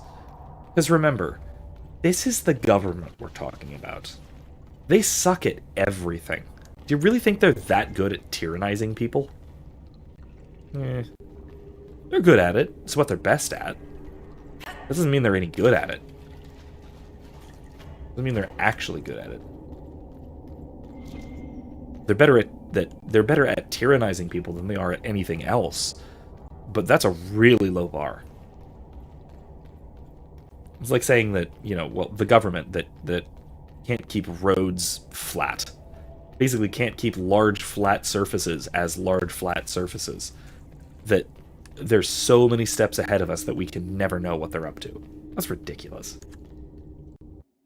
Part of the sort of libertarian red pill is noticing that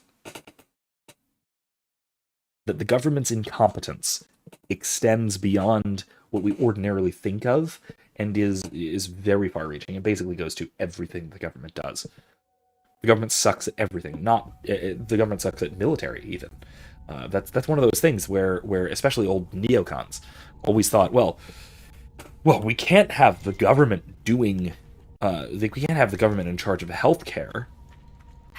We could never leave something so important to the government. Oh, but they definitely have to be in charge of the military, and we definitely have to have a military presence in every corner of the globe, because the military is absolutely necessary, and by the way, run by the government, to keep us safe. And it's absolutely, utterly important.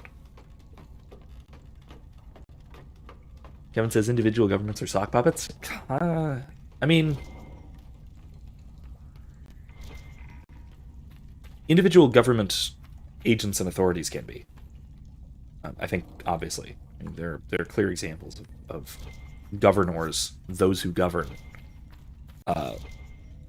Oh. Huh. It's a skull altar of cheese. Let's walk away slowly. Now run. Anyway. But it's, I don't think we should say that governments overall, as such, are, oh, that's what this was. The governments as a whole, as such, are sock puppets. Because I don't think they quite are. I do think that they coordinate with one another. They collude with one another. Die! I don't need to shout die at a nug. I think they collude with one another, they work together, they do nasty, evil things, but at the same time, so there is collusion, there is working together and things like that. But I do think that in general,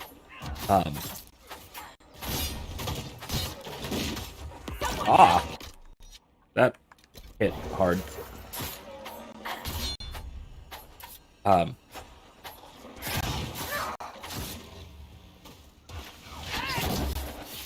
That individual governments do actually hold power. They really do. It's not just pure illusion. It's not just pure collusion. They're not just puppets of a shadow government. I don't think there is real enough evidence of something like a coherent shadow government. Especially because that would imply that central planning works, which is obviously false. That would have to imply, to say that there is a sort of overarching, all-controlling shadow government, is to imply that central planning not only works, but that it is so competent and so efficient and so much more efficient than free enterprise that we can't even see it. That they are capable of keeping their entire existence secret from the entire world indefinitely. I don't have that much faith in government. I don't know about you. Like I said, I think that is a major part. Isn't that pretty when it stops raining? Yeah, I think that is a major part of the sort of libertarian red pill.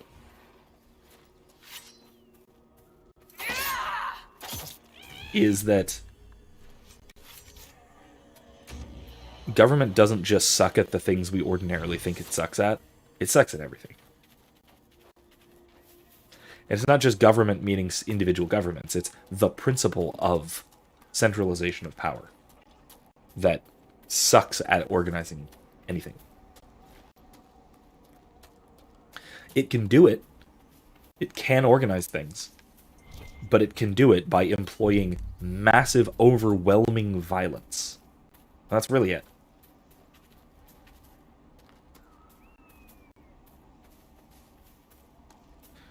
And that is not a very successful long-term solution.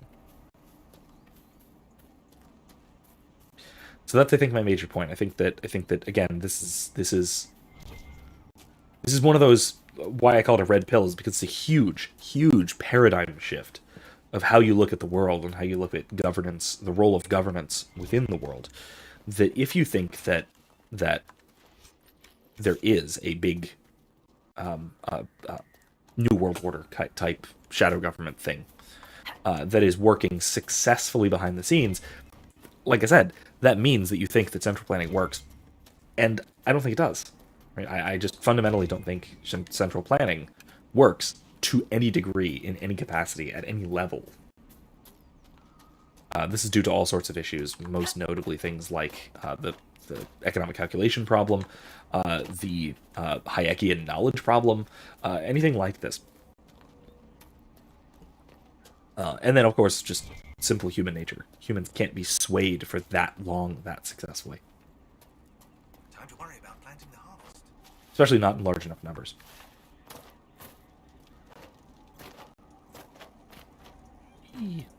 Jumping over stuff. Alright. Let's sell a bunch of our crap. Oh, that. That. That. That. That. Eh.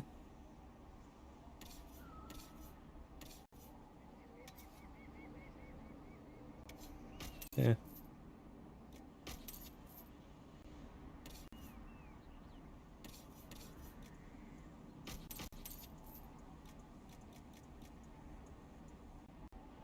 What is this? Fire, huh? Nah.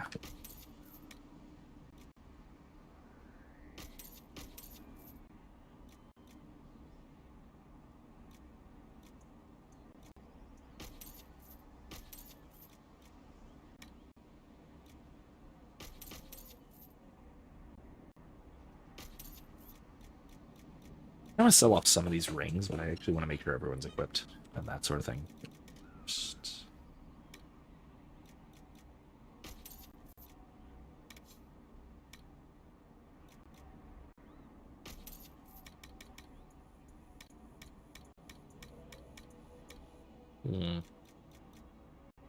Ooh, we need Deathroot.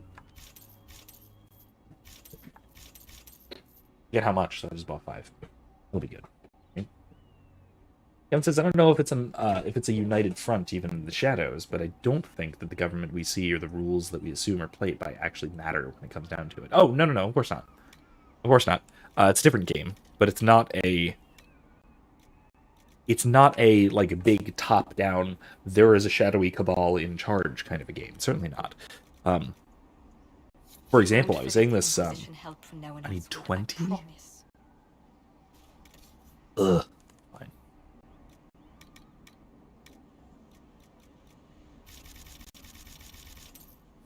Enough? What? That was it? Hang on.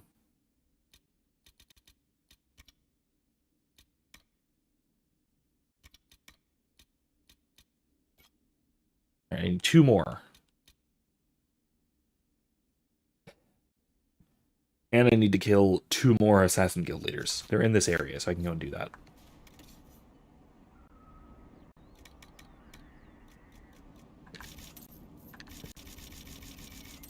Just in case. Just a ton of them. Alright, that's enough. Where are these bastards?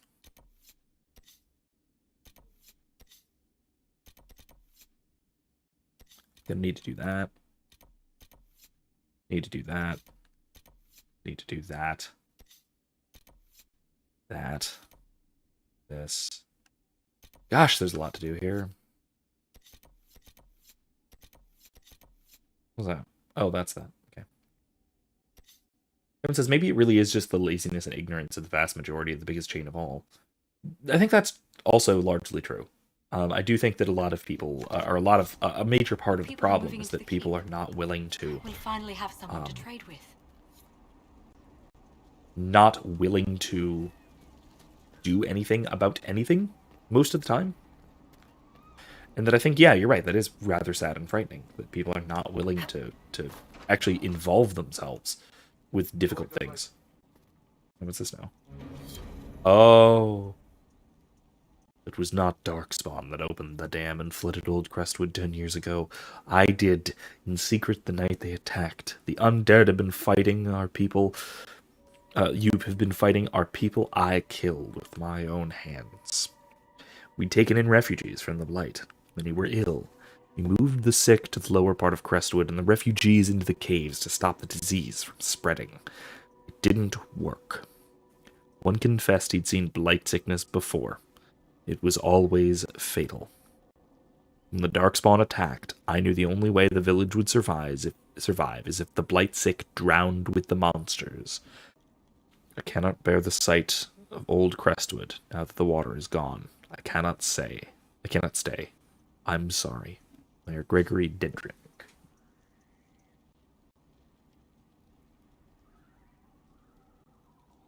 A letter of confession from the mayor. It says he was the one who flooded Old Crestwood 10 years ago to stop the blight from spreading. I knew he was nervous about more than the undead. It's monstrous, but if it stopped the Blight from wiping out the entire No, village... no, no, Cassandra. What a sad mess. Will the Inquisition bring him in? Well, damn sure try. Yeah, this is one of those for the greater good type monstrosities that we unfortunately see very commonly. Ah! Need to get another position upgrade to do that. Which could just go and do right now. I need to go up here. Then I need to figure out... Actually, no, I'm going to do it first. I'm going to figure out exactly where I need to go. East Side Hills, the Flats, and the Black Fens.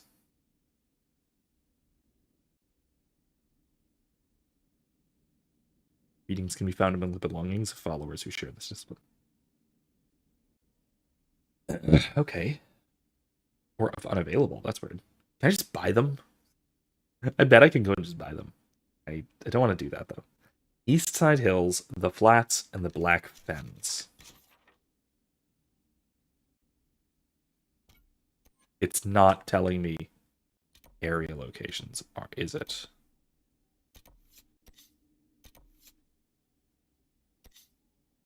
Oh, no. East Side Hills has got to be over here, because that's, you know, the east.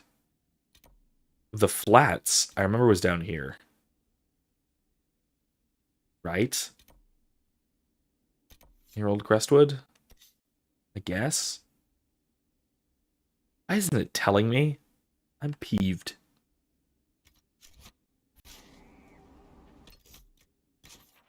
Whatever. It's not going to tell me, is it? I'm going to have to figure this out eventually. I might have to do it off stream at some point. I apologize. But yeah, I do think you're right. I do think that those who are in power, those who do maintain power, rely entirely on the complacency of their subjects. It's not the consent of the governed. It's the not shooting the tyrants of the governed. Draw your last breath, my friend. That's all. Your worship. I've already found the remains of the people who died in Old Crestwood. Blessed Andraste. I didn't imagine you'd look yourself. Thank you for your thoughtfulness. It is all too rare these days. I will prepare the bodies for cremation. Okay, good. Wonderful. Alright, where to next? Oh, back to the caves, but no, I don't want to do that. There's a lock. I mean, I want to go down there, but yeah, let's no, because I wanna try and figure out a way to this place, and I'm pretty sure it's through like this way here. Let's give that a shot, shall we?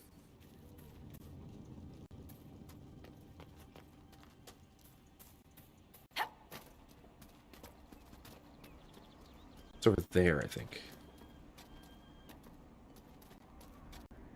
You can also level people up, but I'll get around to it eventually.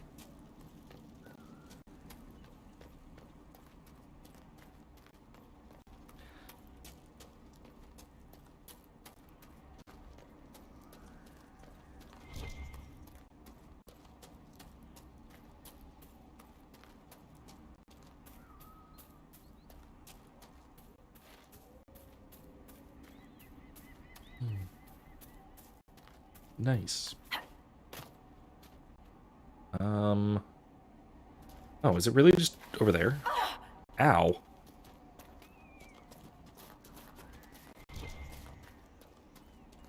Okay. This is just, like, positively pleasant out when it's sunny. It's weirdly and surprisingly nice. Alright, so there's got to be some assassins out here in the flats. This is the area.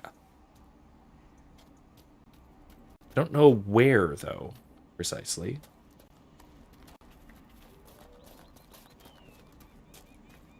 I don't know. Maybe I'll find him. Hopefully. Aha. Yep, there we go.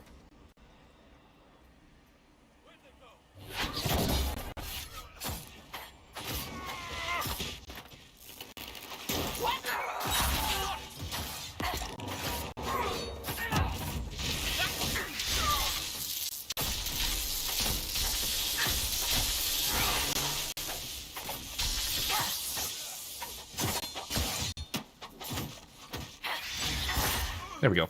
Got him.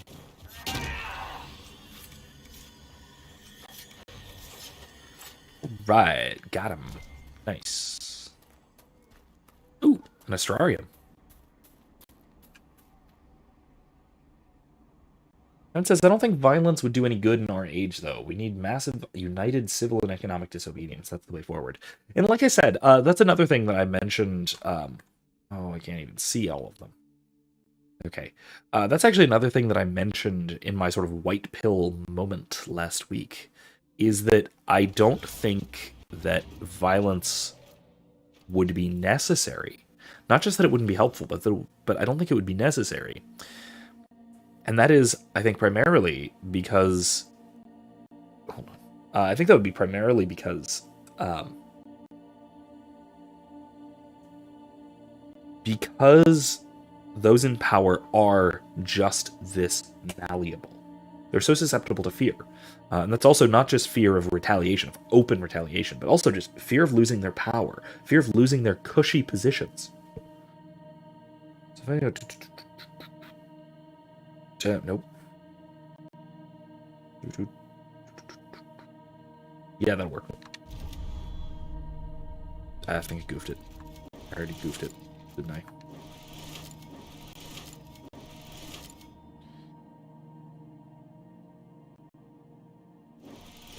Yeah, I goofed it.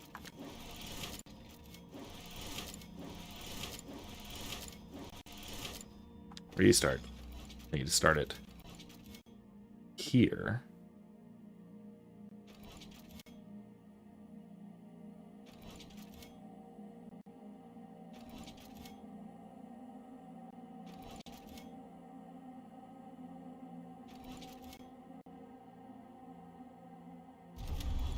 Okay.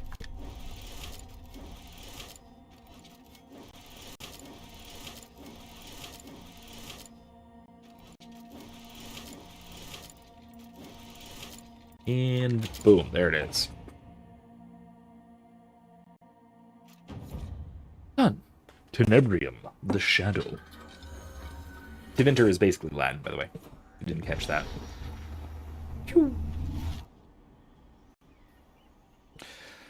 like I said, I don't think actual violence is even necessary. Like I said, just look at the truckers.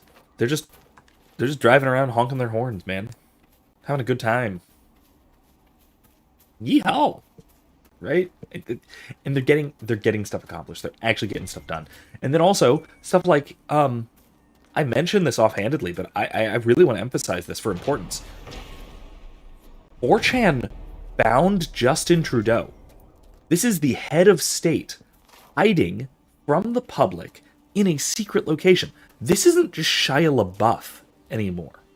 This isn't Shia LaBeouf playing hide and seek with a flag on a flagpole. No, that was a practice run. This was a world leader hiding from the public in a secret location out in the middle of nowhere, and 4chan found him in under 36 hours.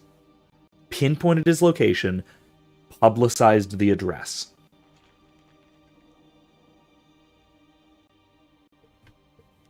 They have no power. Weaponized autism wildly outstrips anything these people have. Evan said, I mean, just look at how fiercely they defend their petty pensions. Very few even bring it up. Yeah, no, you're right. Absolutely right. Yeah. I mean, yeah, pensions, even for like public sector unions and the relationship public sector unions have to everything else going on, even that stuff is just untouchable from a political standpoint, just from a real politics standpoint, from a what can you actually get accomplished through political means kind of standpoint. And if you threaten even threaten to go after their remarkably cushy gig. They are going to come back at you mad. And if that doesn't work, they're going to acquiesce. Like that. Because they're terrified. They don't want to lose. They don't want to lose out on everything that they have and everything that they are, because everything that they are is tied up in this identity as statesman. Which, I mean, come on, we all have to acknowledge is nonsense. Statesman is just fancy talk for petty tyrant. At least in reality, it's fancy talk for petty tyrant. That's really it. I mean, there is a difference in abstract meaning, but in practice, no, not at all. That's what it means. Deep Stalker? What? Excuse me. What are you doing out here? They only show up underground. This isn't underground.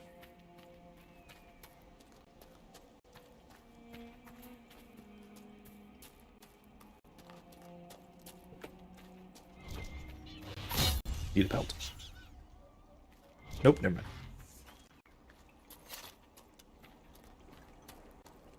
I'll eventually level everybody up once I wrap this quest up, I think.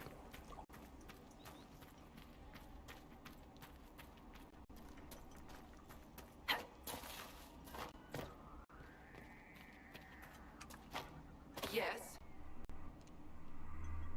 Got it. The rage demon in the caves is dead, as you commanded. I had no doubts. Now that my sovereignty has been respected, I can depart this unchanging nightmare. Your reward.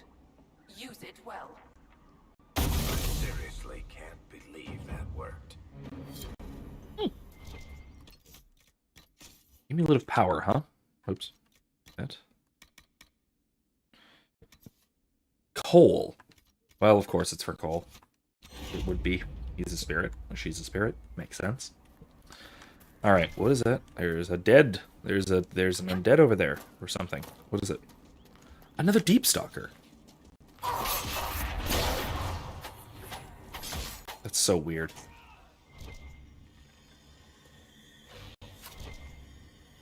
It's so bizarre that there's Deep Stalkers. Again, I'm gonna wait until I get the assassin specialization unlocked to level up. Sable. Erist. Veric. Not daggers. Alright, his archery is all the way up. Spike trap. Cassandra. Blessed Blade, nah. Okay, that's pretty good.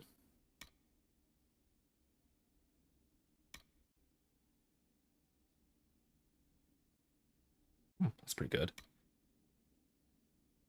I like that. All right. Okay. Now, what else have we to do? We've done the major Crestwood stuff. I'm gonna go ahead and oops. Go to Kerbronic. We're back to Kerbronic. We wrap everything up. Not everything up, but enough. There's a quest to pick up here. Our patrols have spotted Red Templars up in the hills, Inquisitor. Oh. They're studying a set of elven ruins. Why, we're not sure. Okay. Is it a quest or just information? What's happening in Crestwood?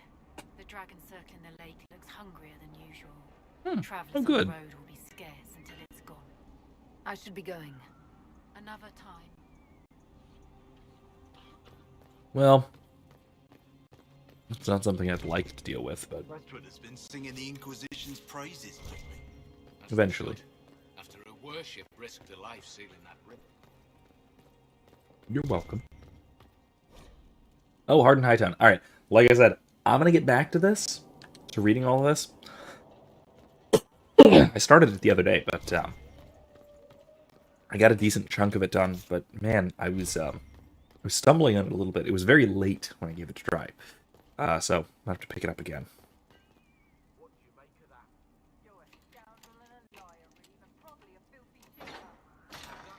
I am going to go through and do a nice audiobook-style reading of all of Heart and Hightown. Don't you worry.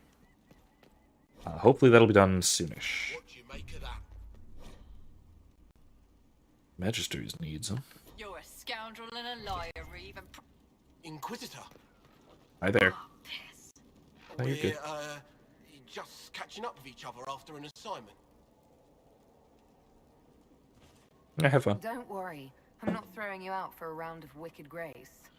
The thought never crossed my mind, your worship. No, surely not. Quite you. Anyway. You know, having also relatively recently played The Witcher 3, I'm deeply disappointed that Wicked Grace is not actually an in-game card game, something that you can play in the game, like you can with Gwent in The Witcher. Then again, if you could, I'm sure it would turn into like something massively obsessive. Someone needs to deal with the last of Crestwood's highwaymen. My gosh. If we clear the bandits out, more travelers. More travelers, more news for the Nightingale. Good point, but I've got a code to unscramble if you want to know who killed Comte Fayeur last week. I can do it. Erica says, Michael woke up crying. I brought him out. He doesn't want to get my mac and cheese, which is a shame because I have half a bowl left and I'm full. That's terrible. My lad, why aren't you eating your mac and cheese? Or mommy's mac and cheese? Are the highwaymen still in Crestwood? Yes, your worship. My poor boy. Now that their fort is gone, the bandits are ambushing travelers. Crestwood won't stop them either. The town's still reeling from the undead. Well, okay. Anything else to do here? Oh yeah, that. I think that's by the door. Whee! Flop. I hate the fall damage in this game.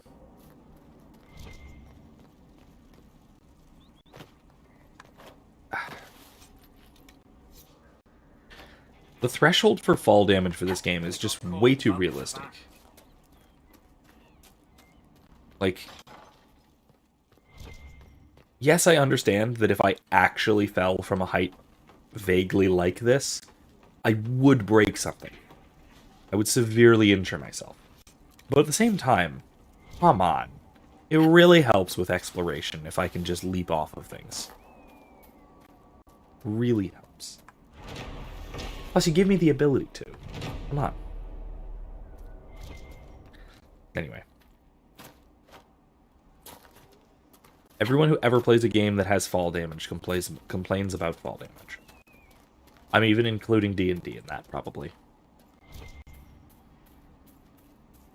Well, there's that red lyrium, which probably means red Templars. There's another Astrarium. There's bandits down here. Alright, so Eastern Hills. Let's check that. Let's try the Astrarium. And on our way, we'll see if we run into any bandits or Red Templars, or, better yet, assassins. We've got an hour. Still an hour or so to mess around in Crestwood. And then, at some point before we're done, I'd like to go back to the Skyhold. Do some stuff there. Ideally, before then, at some point, I would definitely like to to get the stuff we need for the assassin specialization. That'd be nice. It'd be very nice to wrap up for right now, for tonight. But we'll see.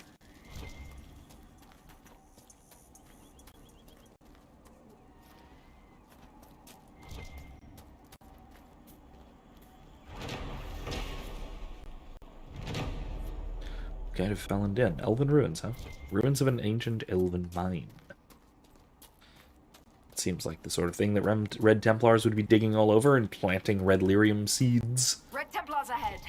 Where? This bunch looks tough. Watch your step. Ah, there it is. Oh, there's a couple of behemoths, or whatever they're called. Horrors, that's it. Stabs.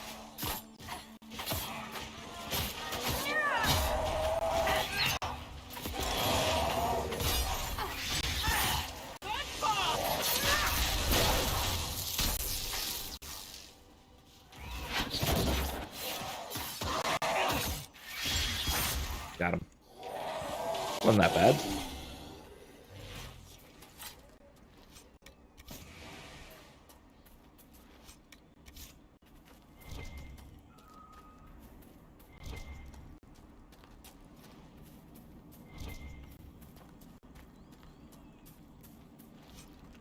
Alright.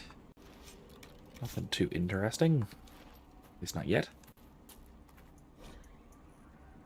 Knight Templar's Sturge. There's a small ruin, hills above Crestwood, a tiny place, but it's old and elven, so leave no stone unturned. General Samson's orders.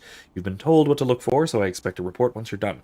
Copy down any elven writing you see. Knight Lieutenant Morn. Elven writing. But they know what to look for. I don't know what they're looking for. I'm not even trying to hide spoilers. I just genuinely don't even quite remember what they were up to up here. Alright. I don't know if we actually... Excuse me. I don't know if we'll actually find out here, or whether this is one of those things that kind of gets hinted at later on, or something like that, so we'll see. And says, not gonna lie, this place is spooky, spooky AF at night. Very strong, Kenopsia effect? I have no idea what that means. Is that like the phantom hearing thing? Kenopsia effect, and lots of random creaking, tapping, scratching, and the odd wailing. I assume the odd wailing is actually patience, but who knows? Alright, so let me see. Oh, actually, you know what I need to do? I just remembered. I just realized. I'm sorry about the last one. You weren't seeing what I was doing. I was doing that. So, this. I'll put my face back when I'm done, but that is what I'm trying to do. Oh.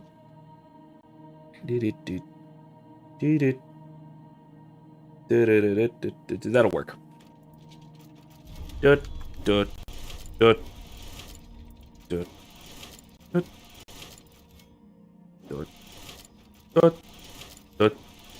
That one's easy. Relatively. Alright. Well, we... that. There we go. We're back. Back in the corner. That was easy enough. Yeah, so what is Kenopsia? Is that, actually don't know. Like phantom sound kind of thing?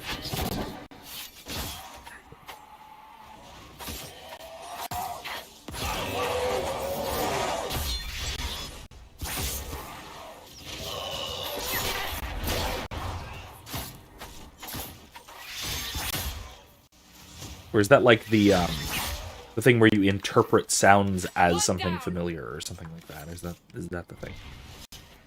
Kenopsia is the feeling you experience emptiness in a place that's normally very busy. Oh, okay, I know exactly what you're talking about. Okay, gotcha. Yeah. Okay. But, I mean, I have to admit... So, I don't know if if this strikes a chord with anybody else as well. But that honestly describes my experience of everyday life almost everywhere for the last year or two. Like, basically since the world ended. I've been going to all sorts of places that I'm used to being absolutely packed, crowded, people everywhere. But, there we go. And even sip. But are just hauntingly empty. A good example of this, honestly, is back at USF. This was a huge issue for me at USF. I was used to the University of South Florida being just packed, crowded with people constantly. But last year, when I was there very regularly,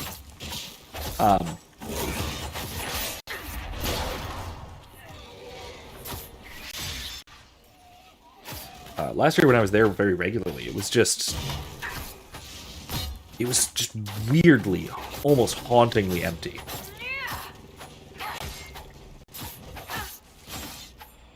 Yeah, so Erica's is just like hospitals at night. Well, I mean, yeah, same kind of thing, right? I mean, nursing home, hospital, same kind of thing. She says, when you get there during the day, it's super loud and busy, and you're up and the new baby at 3 a.m., it's so blissfully quiet. Blissfully, but you're right, almost also a little bit creepy at times. It's a little odd and unsettling. It's not what you expect, or what you would ordinarily expect in a place like that. You know? And yeah, both the times we had kids, we had our babies. That was kind of the experience.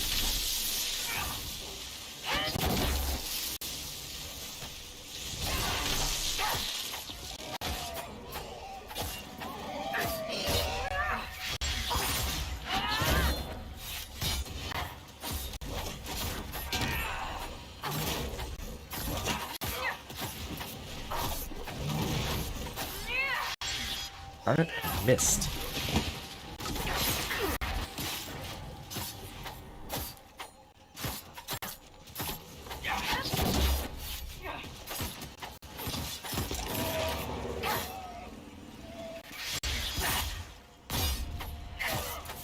Got him!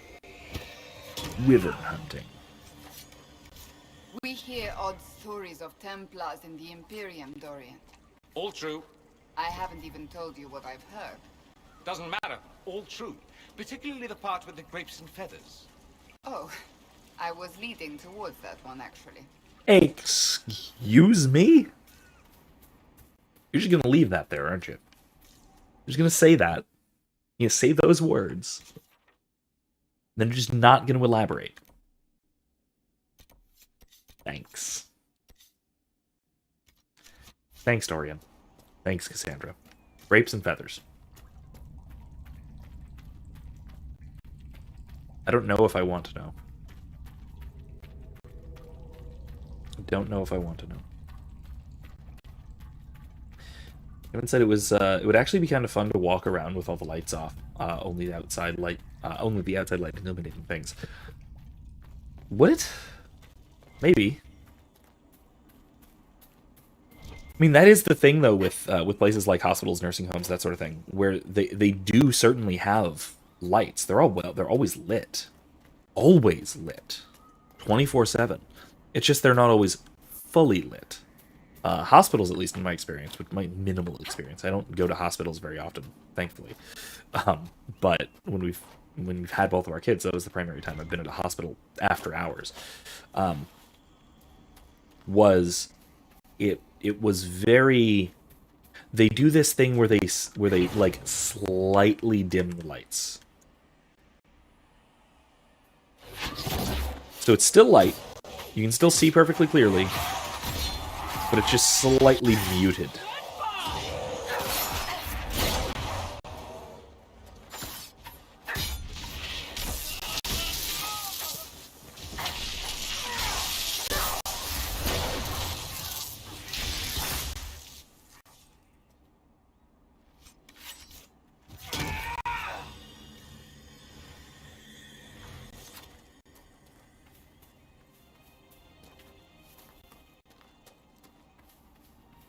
Yeah, once every 1.5 to 2 years, right?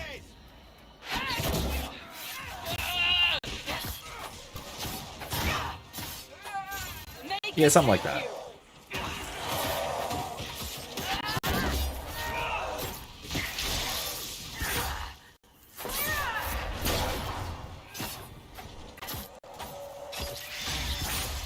There we go. It's been closer to 2 years, to be honest. Both times.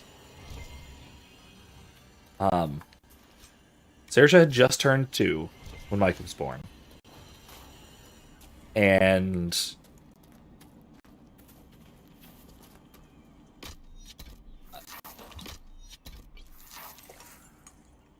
have we decided officially on... Okay, our next girl, let's say. I don't know if we've officially decided on a name, so I don't want to make it that public yet. I'm pretty sure we're settled on one, but I don't want to get too public yet. But our next girl is going to be born just before, or is due to be born just before Michael turns 2. So it's about every 2 years, within a month each time. So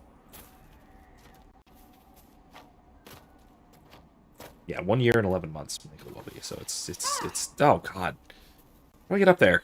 What is this? This is bullshit. Do I have to drop down? I do, don't I?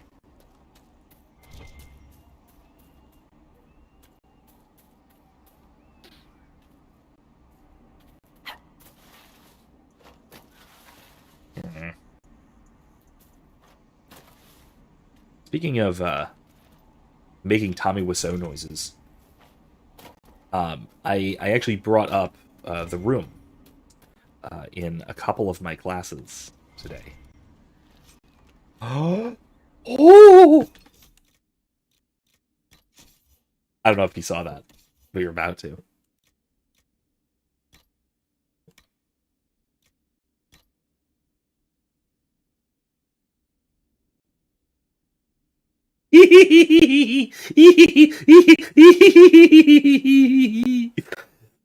Oh, Cassandra with your wheel of cheese. The Wedge of Destiny. A good and colorful item for those who have not farty, although, fair enough, constitutions. This shield formed when a dragon shed her scales, and fragments wafted on the soft and flavorful breeze into a dairy farm. Wielding it, Sir Jacques de Monterey was unstoppable until he fought Paul Méchant or dishonorably. His wistful last words as he lay full of holes. It was he who had failed, not the shield. Yes, this is why Cassandra hates everyone. Because we give her this crap. Yeah! I gave her a banana on a stick and a wheel of cheese. Oh, God. Okay, yeah, no, 100% keeping it. 100% keeping it. Oh, gosh. Oh, it's so perfect. It is so perfect. I'm gonna just jump down here and hope I don't die. Whee! Oh!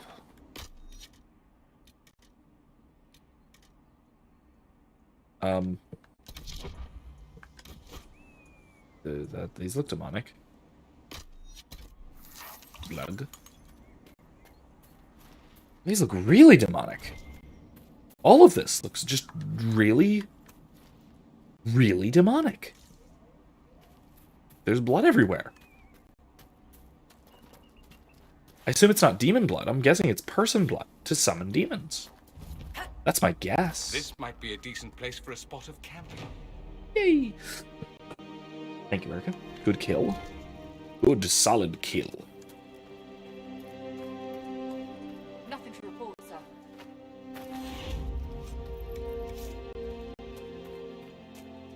Okay. So down there, I think there's some... Oh, those are bandits, I guess. There's a lot of bandits.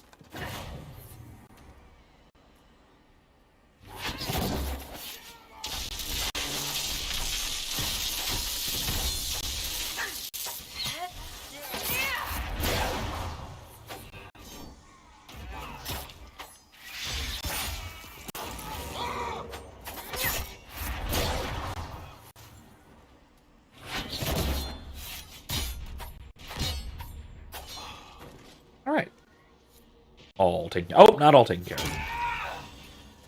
Hi there. Stabby. Michael's really making you eat this this bowl of two-person mac and cheese. Well, you're eating for two persons, so fair is fair, I suppose. Look at how majestic this battle is. Cassandra fighting with her noble weapons of glory.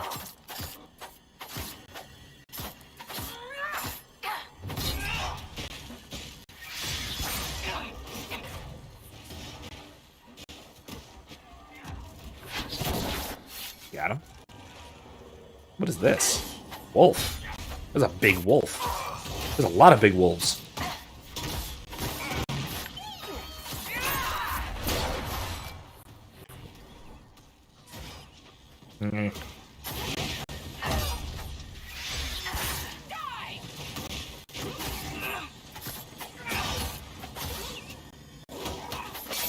Oops.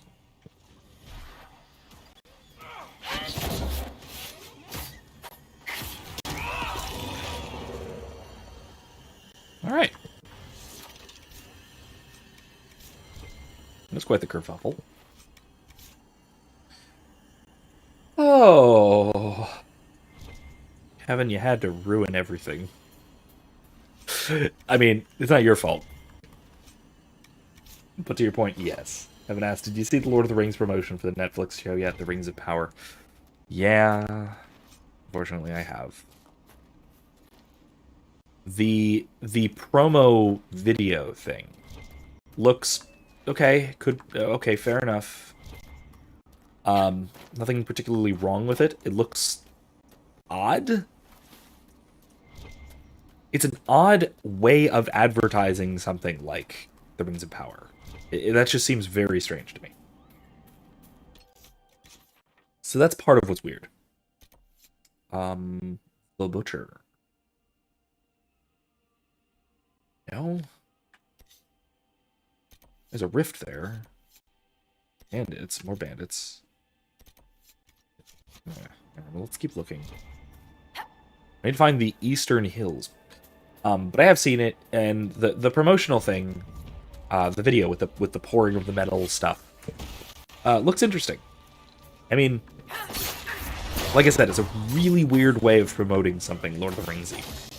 It doesn't have the kind of aesthetic that I would expect or should expect from something like that. Okay. No, wait, wrong button.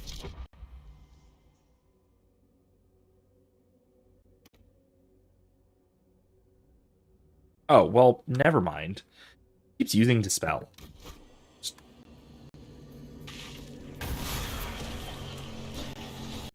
Ah! What are you doing here? I don't want you.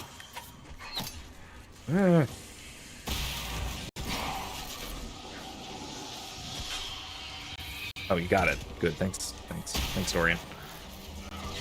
I've seen a lot of the other promotional stuff as well, though, and it aesthetically just looks off. And from what I've been seeing about lore, they are...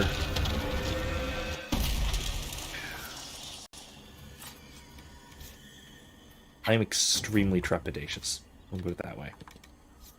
I do not, to any degree, expect them to respect Tolkien's vision. I don't expect them to respect the lore in general. I don't expect them to respect the themes, least of all. I certainly don't think that it will be, as Tolkien said, a fundamentally religious and Catholic work. Quite to the contrary, I expect this to be the usual modern or postmodern dreck that we're getting from any given Game of Thrones clone. It's the same thing that we got from Amazon's butchering of the Wheel of Time. I have almost no hope for the series being good at all.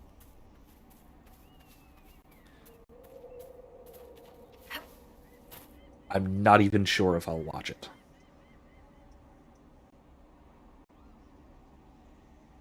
Which is really... Oh, I seem to be completely frozen. Oh, no, not completely frozen. Yeah. Uh-oh. Well, we'll see. I'm going to see if this unfreezes anytime soon. But in any case, that is a hell of a thing for me to say about something even remotely Tolkien-related. I have always absolutely adored the works of Tolkien ever since I first read The Hobbit. Ever since I first read, by the way, I want to show this off. I'm very proud of this. My dear cousin, my dear older cousin, accidentally stole this from a library By which I mean she borrowed it from her library, forgot to return it, found it like 10, 15 years later. This is a 1967, I believe, edition of The Hobbit. 1966 edition of The Hobbit. Hardcover, leather bound. Not leather bound, just hardcover, with nice embossments. Beautiful spine. Wonderful condition. I've read this copy myself several times. I keep starting reading it to Saoirse. Erica and I both start reading it to Saoirse, but she doesn't quite have the attention span for it yet. We're getting there. We're making progress. We haven't left the Shire yet. Now I see why they but we're getting there. And it has these beautiful watercolor illustrations by Tolkien throughout. Wonderful book. I first read it when I think I was 5 or 6. Loved it ever since. And I'll tell you, it's been very good. Tolkien has been one of my greatest literary loves in life, and yet I'm trepidatious to say the least as to what Amazon is going to do with their new series.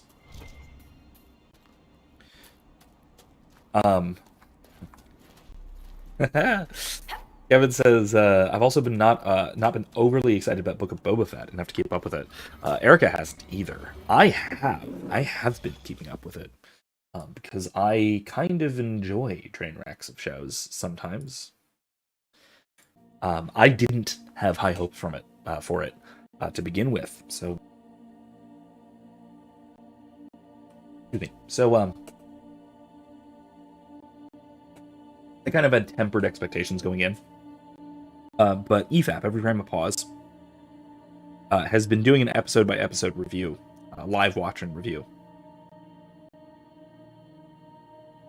And it has done a good job of kind of keeping you up of what's been going on, what you've been missing, if you've been missing anything, which, not really. I will say, first of all, that there hasn't been a ton that has even gone on.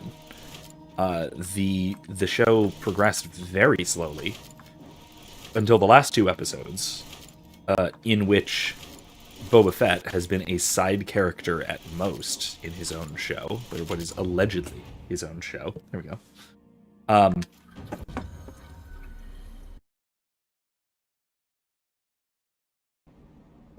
And so, Dumat, Silentir.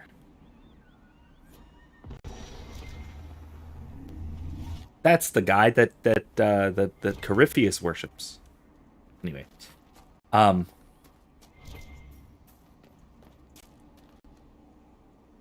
yeah, it's been not great. The character of Boba Fett was probably the best in this last episode, where he was in one scene and had no dialogue, but he was good. Kind of how he should be most of the time. Stood there with his arms crossed, crossly, and gave a subtle nod to someone when they gave a proposal or something. I don't want to do much spoilers in case you're not familiar with it, but let me just say, the last 2 episodes have basically been The Mandalorian Season 2.5. And this last episode in particular was more full of cameos than any show of anything I have ever seen. If Boba Fett is the main character, Fennec Shand is the primary supporting character. We include The Mandalorian, which everyone knows he's in it. So, The Mandalorian, there are 6 major cameos in one episode, including Mando. Hey!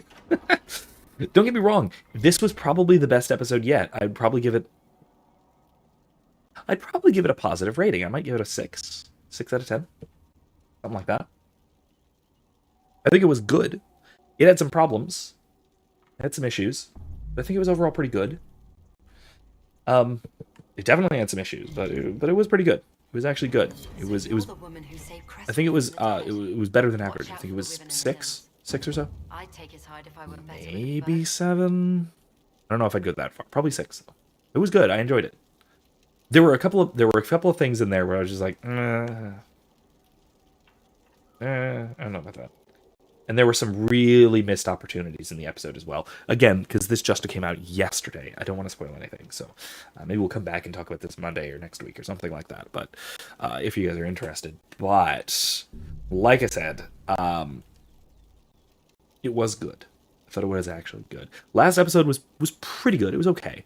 There were some major weird issues, though.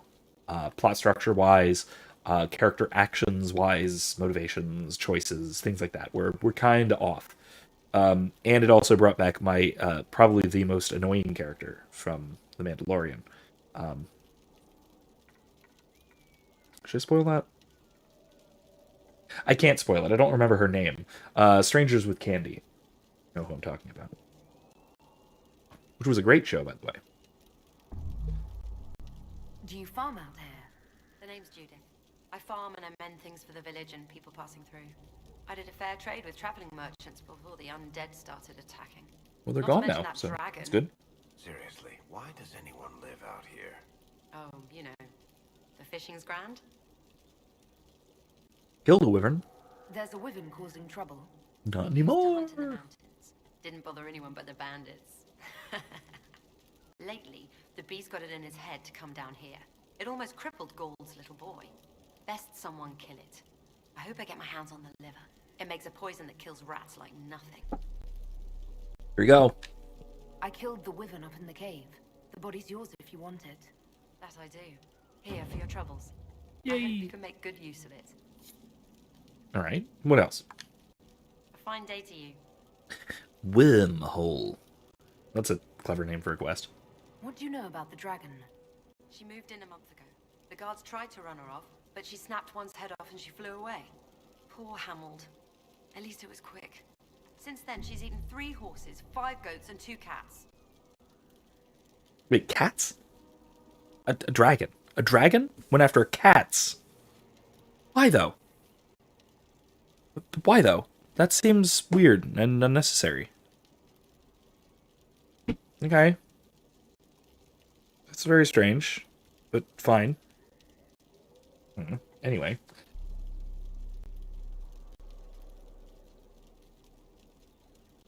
Yeah, like I said, if you are looking to sort of catch up.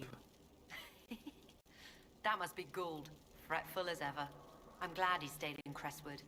He's fast as you please with a loom, but terrible with a sword. Anyway, Kevin, if you do want to catch up with it, but don't really want to, Be safe. not enough that you want to, let me put it this way: if you want to laugh along at the Tismy bits, while still kind of following what's going on for plot-wise, A fine day to you. Erica says kill the dragon. I don't know if we can yet. The dragon is honestly pretty tough. This would be our first dragon fight. And yeah, I would actually want to go switch out for, I might switch Varric for Bull. Mostly just for plot reasons. Where in the world is the Eastern Hills? There's this one last, what's it called? There's this one last, assassin somewhere. Bothering me. Yeah, we'll keep wandering around and see if we find them. But in any case, as I was saying, I do, as Erica probably has well elsewhere, I do highly recommend if you want to follow along and kind of laugh along at some of the silliness of the Book of Boba Fett and like pointing out some of the problems in a kind of comical way, especially if you're already a fan of theirs. If you're a fan of Muller in particular, EFAP, I've just written pause, has done an episode by episode watch together criticism and analysis and kind of chortling at all together. And to be fair, admiring the good parts, because there have been some good parts that even they acknowledge. rare as they might be.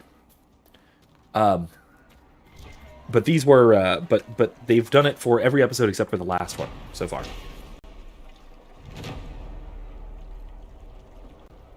And so I would recommend, if you don't want to actually watch the show in the ordinary way, it's not quite, you're not quite getting everything, obviously, because it's not, they're not just watching through the whole thing. Be inside that cave. No, I don't want to do that. I don't want to do that. I don't want to do that. That's my actual quest. That's my real quest. I don't want to do the real quest. I want to do anything else.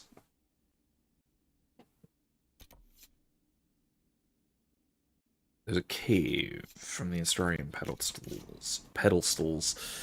Freezy Weezy.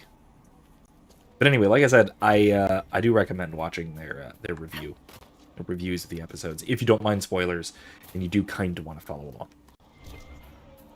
Not fully, once again. You're not going to get the full experience of the full episodes themselves. But you will get a decent idea of what's going on.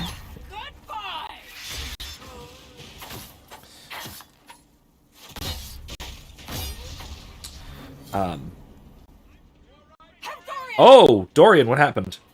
Oh, he got attacked by a Druffalo. That's not good. Hey, buddy. Come on, buddy. Get up.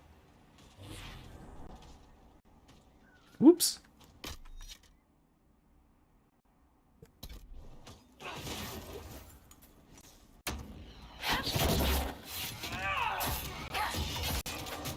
There's the Druffalo attacking.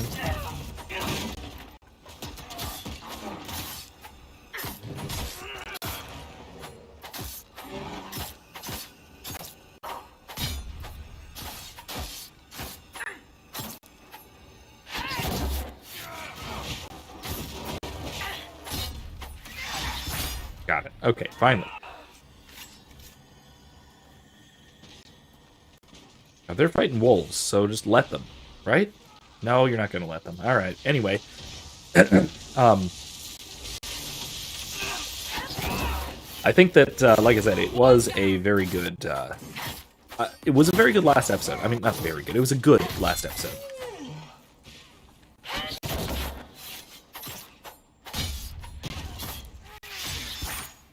It was a good enough last episode. It was much better than some of the previous episodes have been.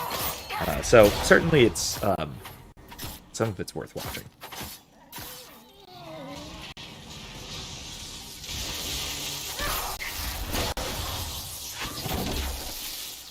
Erica says, can't wait until we get attacked by that up in Curse of Strahd up in the mountains.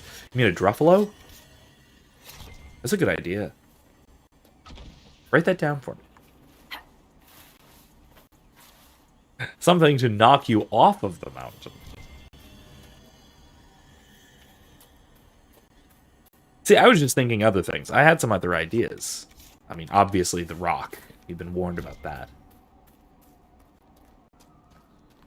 But there's plenty of other things up there. I didn't think of something equivalent to a Druffalo. Something that will charge at you and knock you off the mountain. That's a great idea.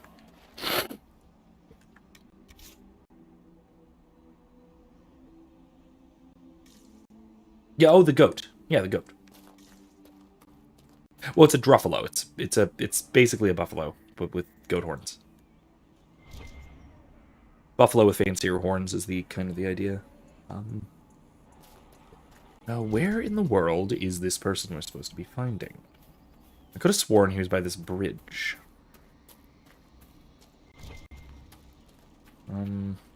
But no. No, that's leaving. I don't want to leave. I need to find the butcher.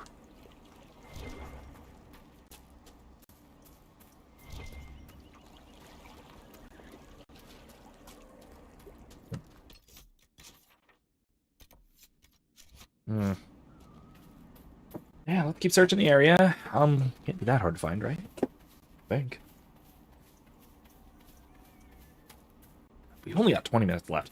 I'm probably gonna have to just heck out of here soon and go back to Skyhold, because I do want to wrap some stuff up there and end things off there at a nice homely place. But we'll see. Oh. Is it the butcher? Oh, it's plaid weave. That's not the butcher. That's plaid weave. Good to find plaid weave, obviously, because everyone likes wearing plaid. But, no, that's not right.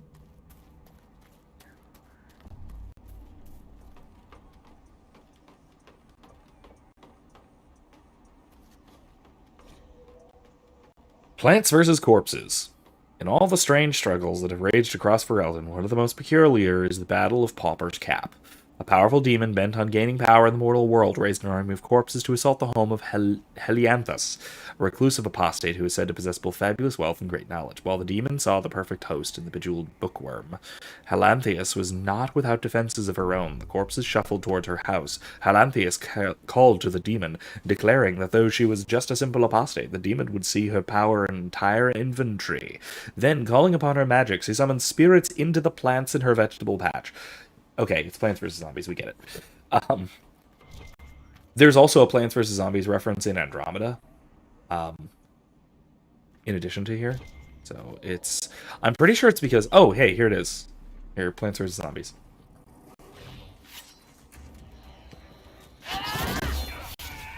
And I'm fairly certain it's because EA, technically, either EA or like some partner company produced Plants vs. Zombies.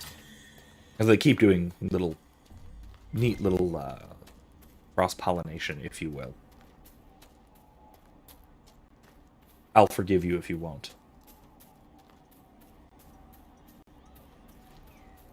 Alright, listen. I can't find this bastard.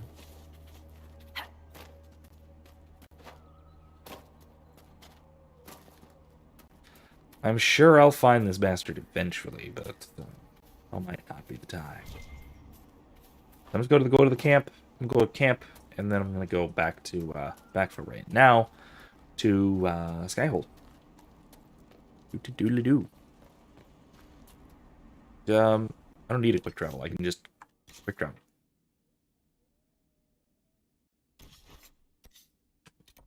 Like that. All right, let's go. Anyway, but yeah, like I said, I also mentioned the Wheel of Time. I watched the whole series. I stuck with it. It was bad. Predictably bad. Bad for all the reasons one would think. It was rewritten in a lot of ways that are meant to be more conducive to modern sensibilities. In other words, wokeism, more or less. In a very, very negative sort of way. In a way that deconstructs a lot of what was good about the original, at least from what I hear. I haven't actually read the original. I would very much like to now. Because I'm of a mind that, for most of these things, you can't destroy something unless there was something good about it to destroy in the first place. So the fact that the Wheel of Time was so utterly ruined by the Amazon series means that it was probably quite good in the first place. So I think I would really like to give it a read at some point if I ever have the time. Maybe give it a listen. I might be interested in. It might be worth doing the. Oh my god! I need so much more.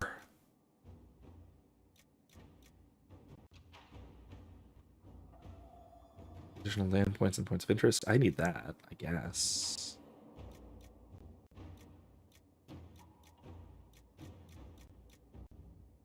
Need studies. I'm gonna need that eventually as well.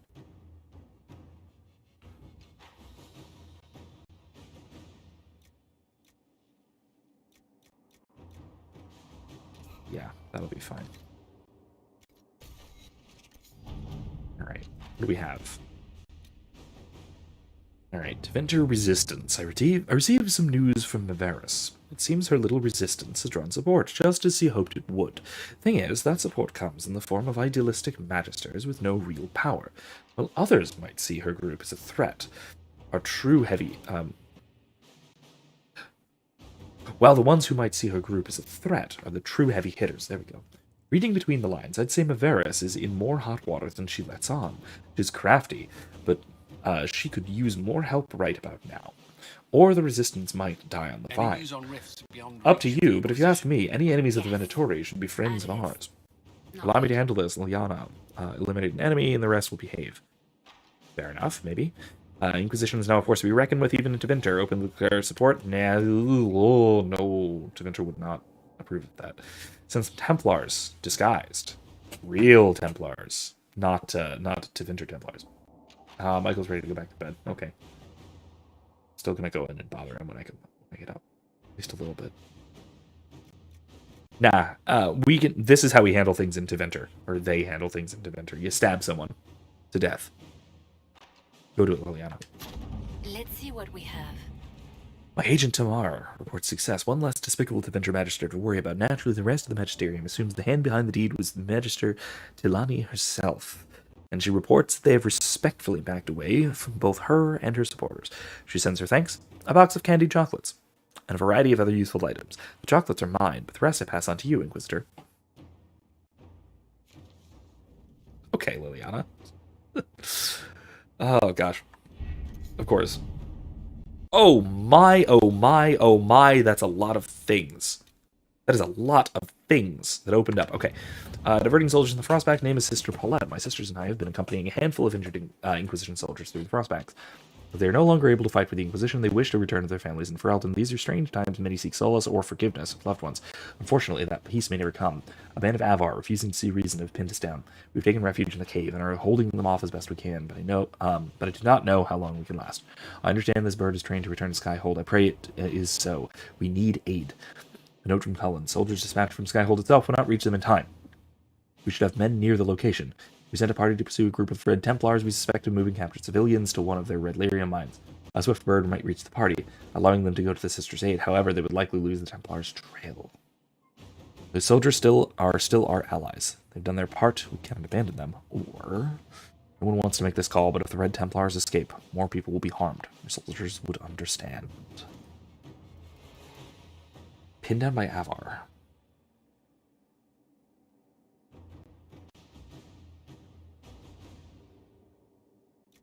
They are our people, and we do need to remain loyal to our people. That is very important. That is, I think, probably the more important call on here.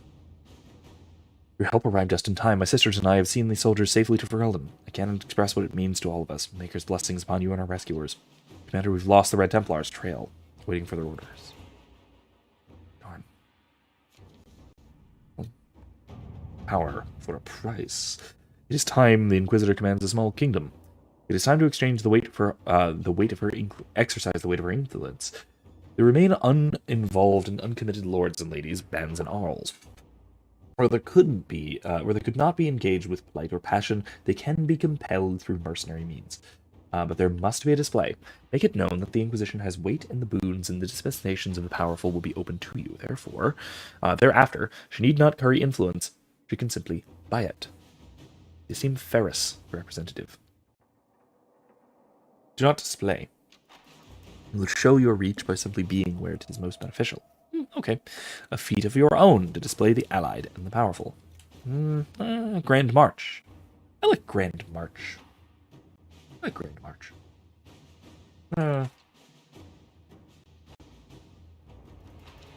Feat, I assume, is something hoity-toity. Let's do that. That sounds fun. The Inquisition is a sight to behold, a command of legions, hearts, and minds. It's worthy, your Inquisitor is worthy, and my masters are pleased. I will bring my wares, and together we will extend your reach ever further. Now you trade not just in treasures, but in will. Influence from that, okay. Nice. Gather herbs, and escape routes for agents in Crestwood resources, serve any master. I don't know what that is. Thanks for my chantry, sister. Let's try this. Inquisitor Trevelyan, you may not remember me. I stayed at Skyhold for a time, and later accompanied some injured soldiers to Ferelden. Oh, this is what we just did. Our journey was more perilous than expected, and I only lived to write this thanks to the aid of the Inquisition. I have little to offer, but if I may help the Inquisition in some small way, you have only to ask. Sister Paulette showed bravery and kindness in staying with the injured soldiers. He's already done more than was asked. Let her remain with her fellow sisters in peace. That's a good idea. I could arrange the transfer of Sister Paulette to the Chantry in Denerim. Having a reliable ally in the capital's chantry could prove valuable. That's a good idea. Some soldiers in Crestwood wish to establish a place of prayer at the keep, since Sir Paulette could assist. I like having her in Denerim. Inquisitor? I've joined my sisters in Denerim's chantry. It's grander than the chantry in my former village. I believe I can do some good here. I founded a chantry to aid those the breach and the fade rifts impacted. A charity, sorry. I tell all those who ask the Inquisition made this possible. Maker's blessing upon you, Sister Paulette. Nice. That's good. Resources. Crestwood's mayor. So we remember he left his confession. Let's track him down. Ask the Crown to post a warrant. Ask to stop for supplies. Ask my agents. Soldiers on the road. Hunt him down.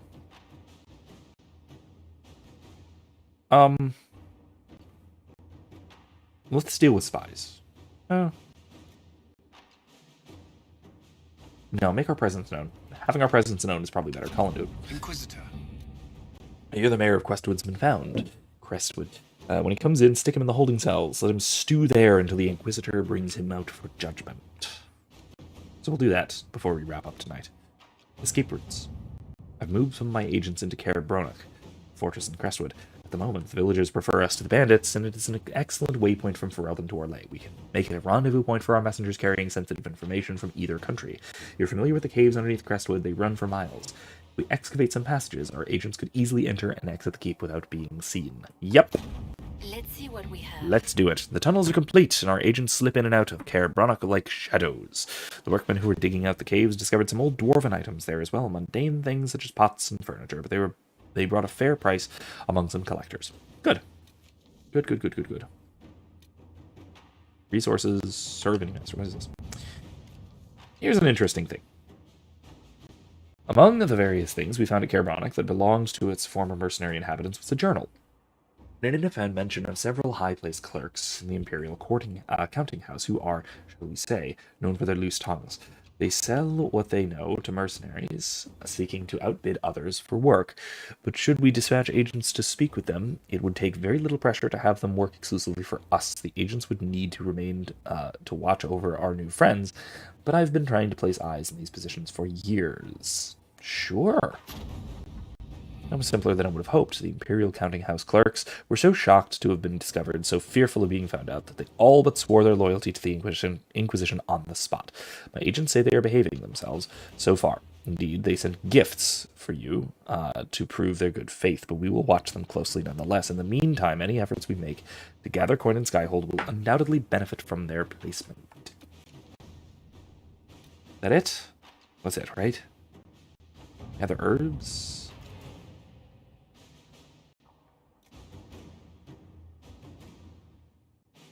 Merchants in Denerim, Black Market. Forces to gather. Black Market. Royal Elfred. Very nice. And that's repeatable, right? Yeah, it's repeatable. So we don't need to do that over and over and over. And over again. That'll do. That's it. That's it. That's it. That's it. Alright. Now let's sit in judgment and call it a night.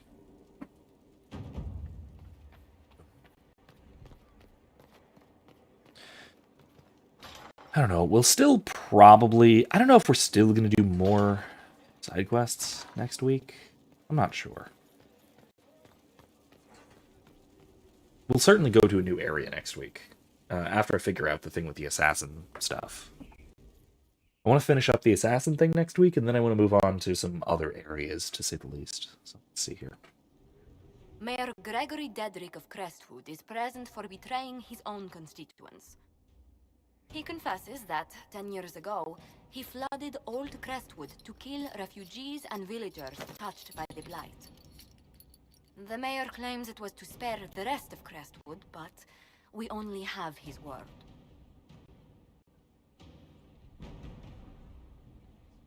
What he did can't be overlooked, no matter the motive. There's no cure for the blight. But the greater good is not a good Convince excuse. anyone to leave a sick child or husband behind. So you herded the infected into one place and flooded Old Crestwood. Were no innocents caught in the waters? Nearly everyone in the village had the blight. I swear it. Have mercy. I couldn't tell the survivors I'd drowned their own families to save them. I couldn't.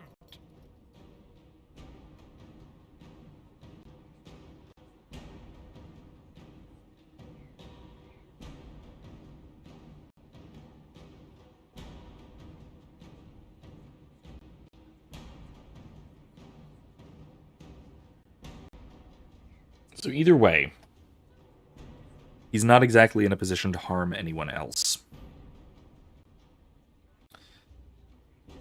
For that reasoning, I don't think execution is justified. But exile, I think, would prevent him from ever benefiting from what happened. So, yeah. You lied for 10 years about your crime, then fled after confessing your guilt. For avoiding justice, you are exiled from Ferelden. I doubt the Crown will disagree. I knew your coming meant the end, one way or another. Good. Yeah, drowning is just about the worst way to die. I think I agree. I think I have to agree with that.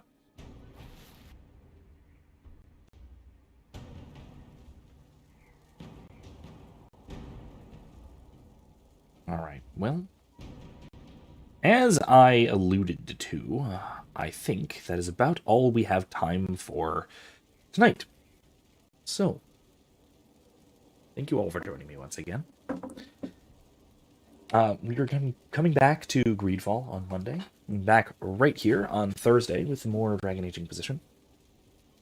Like I said, I'm still hoping to be working gradually on that recording of Heart and Hightown and whatever else comes next. So keep an eye out for things coming up along those lines.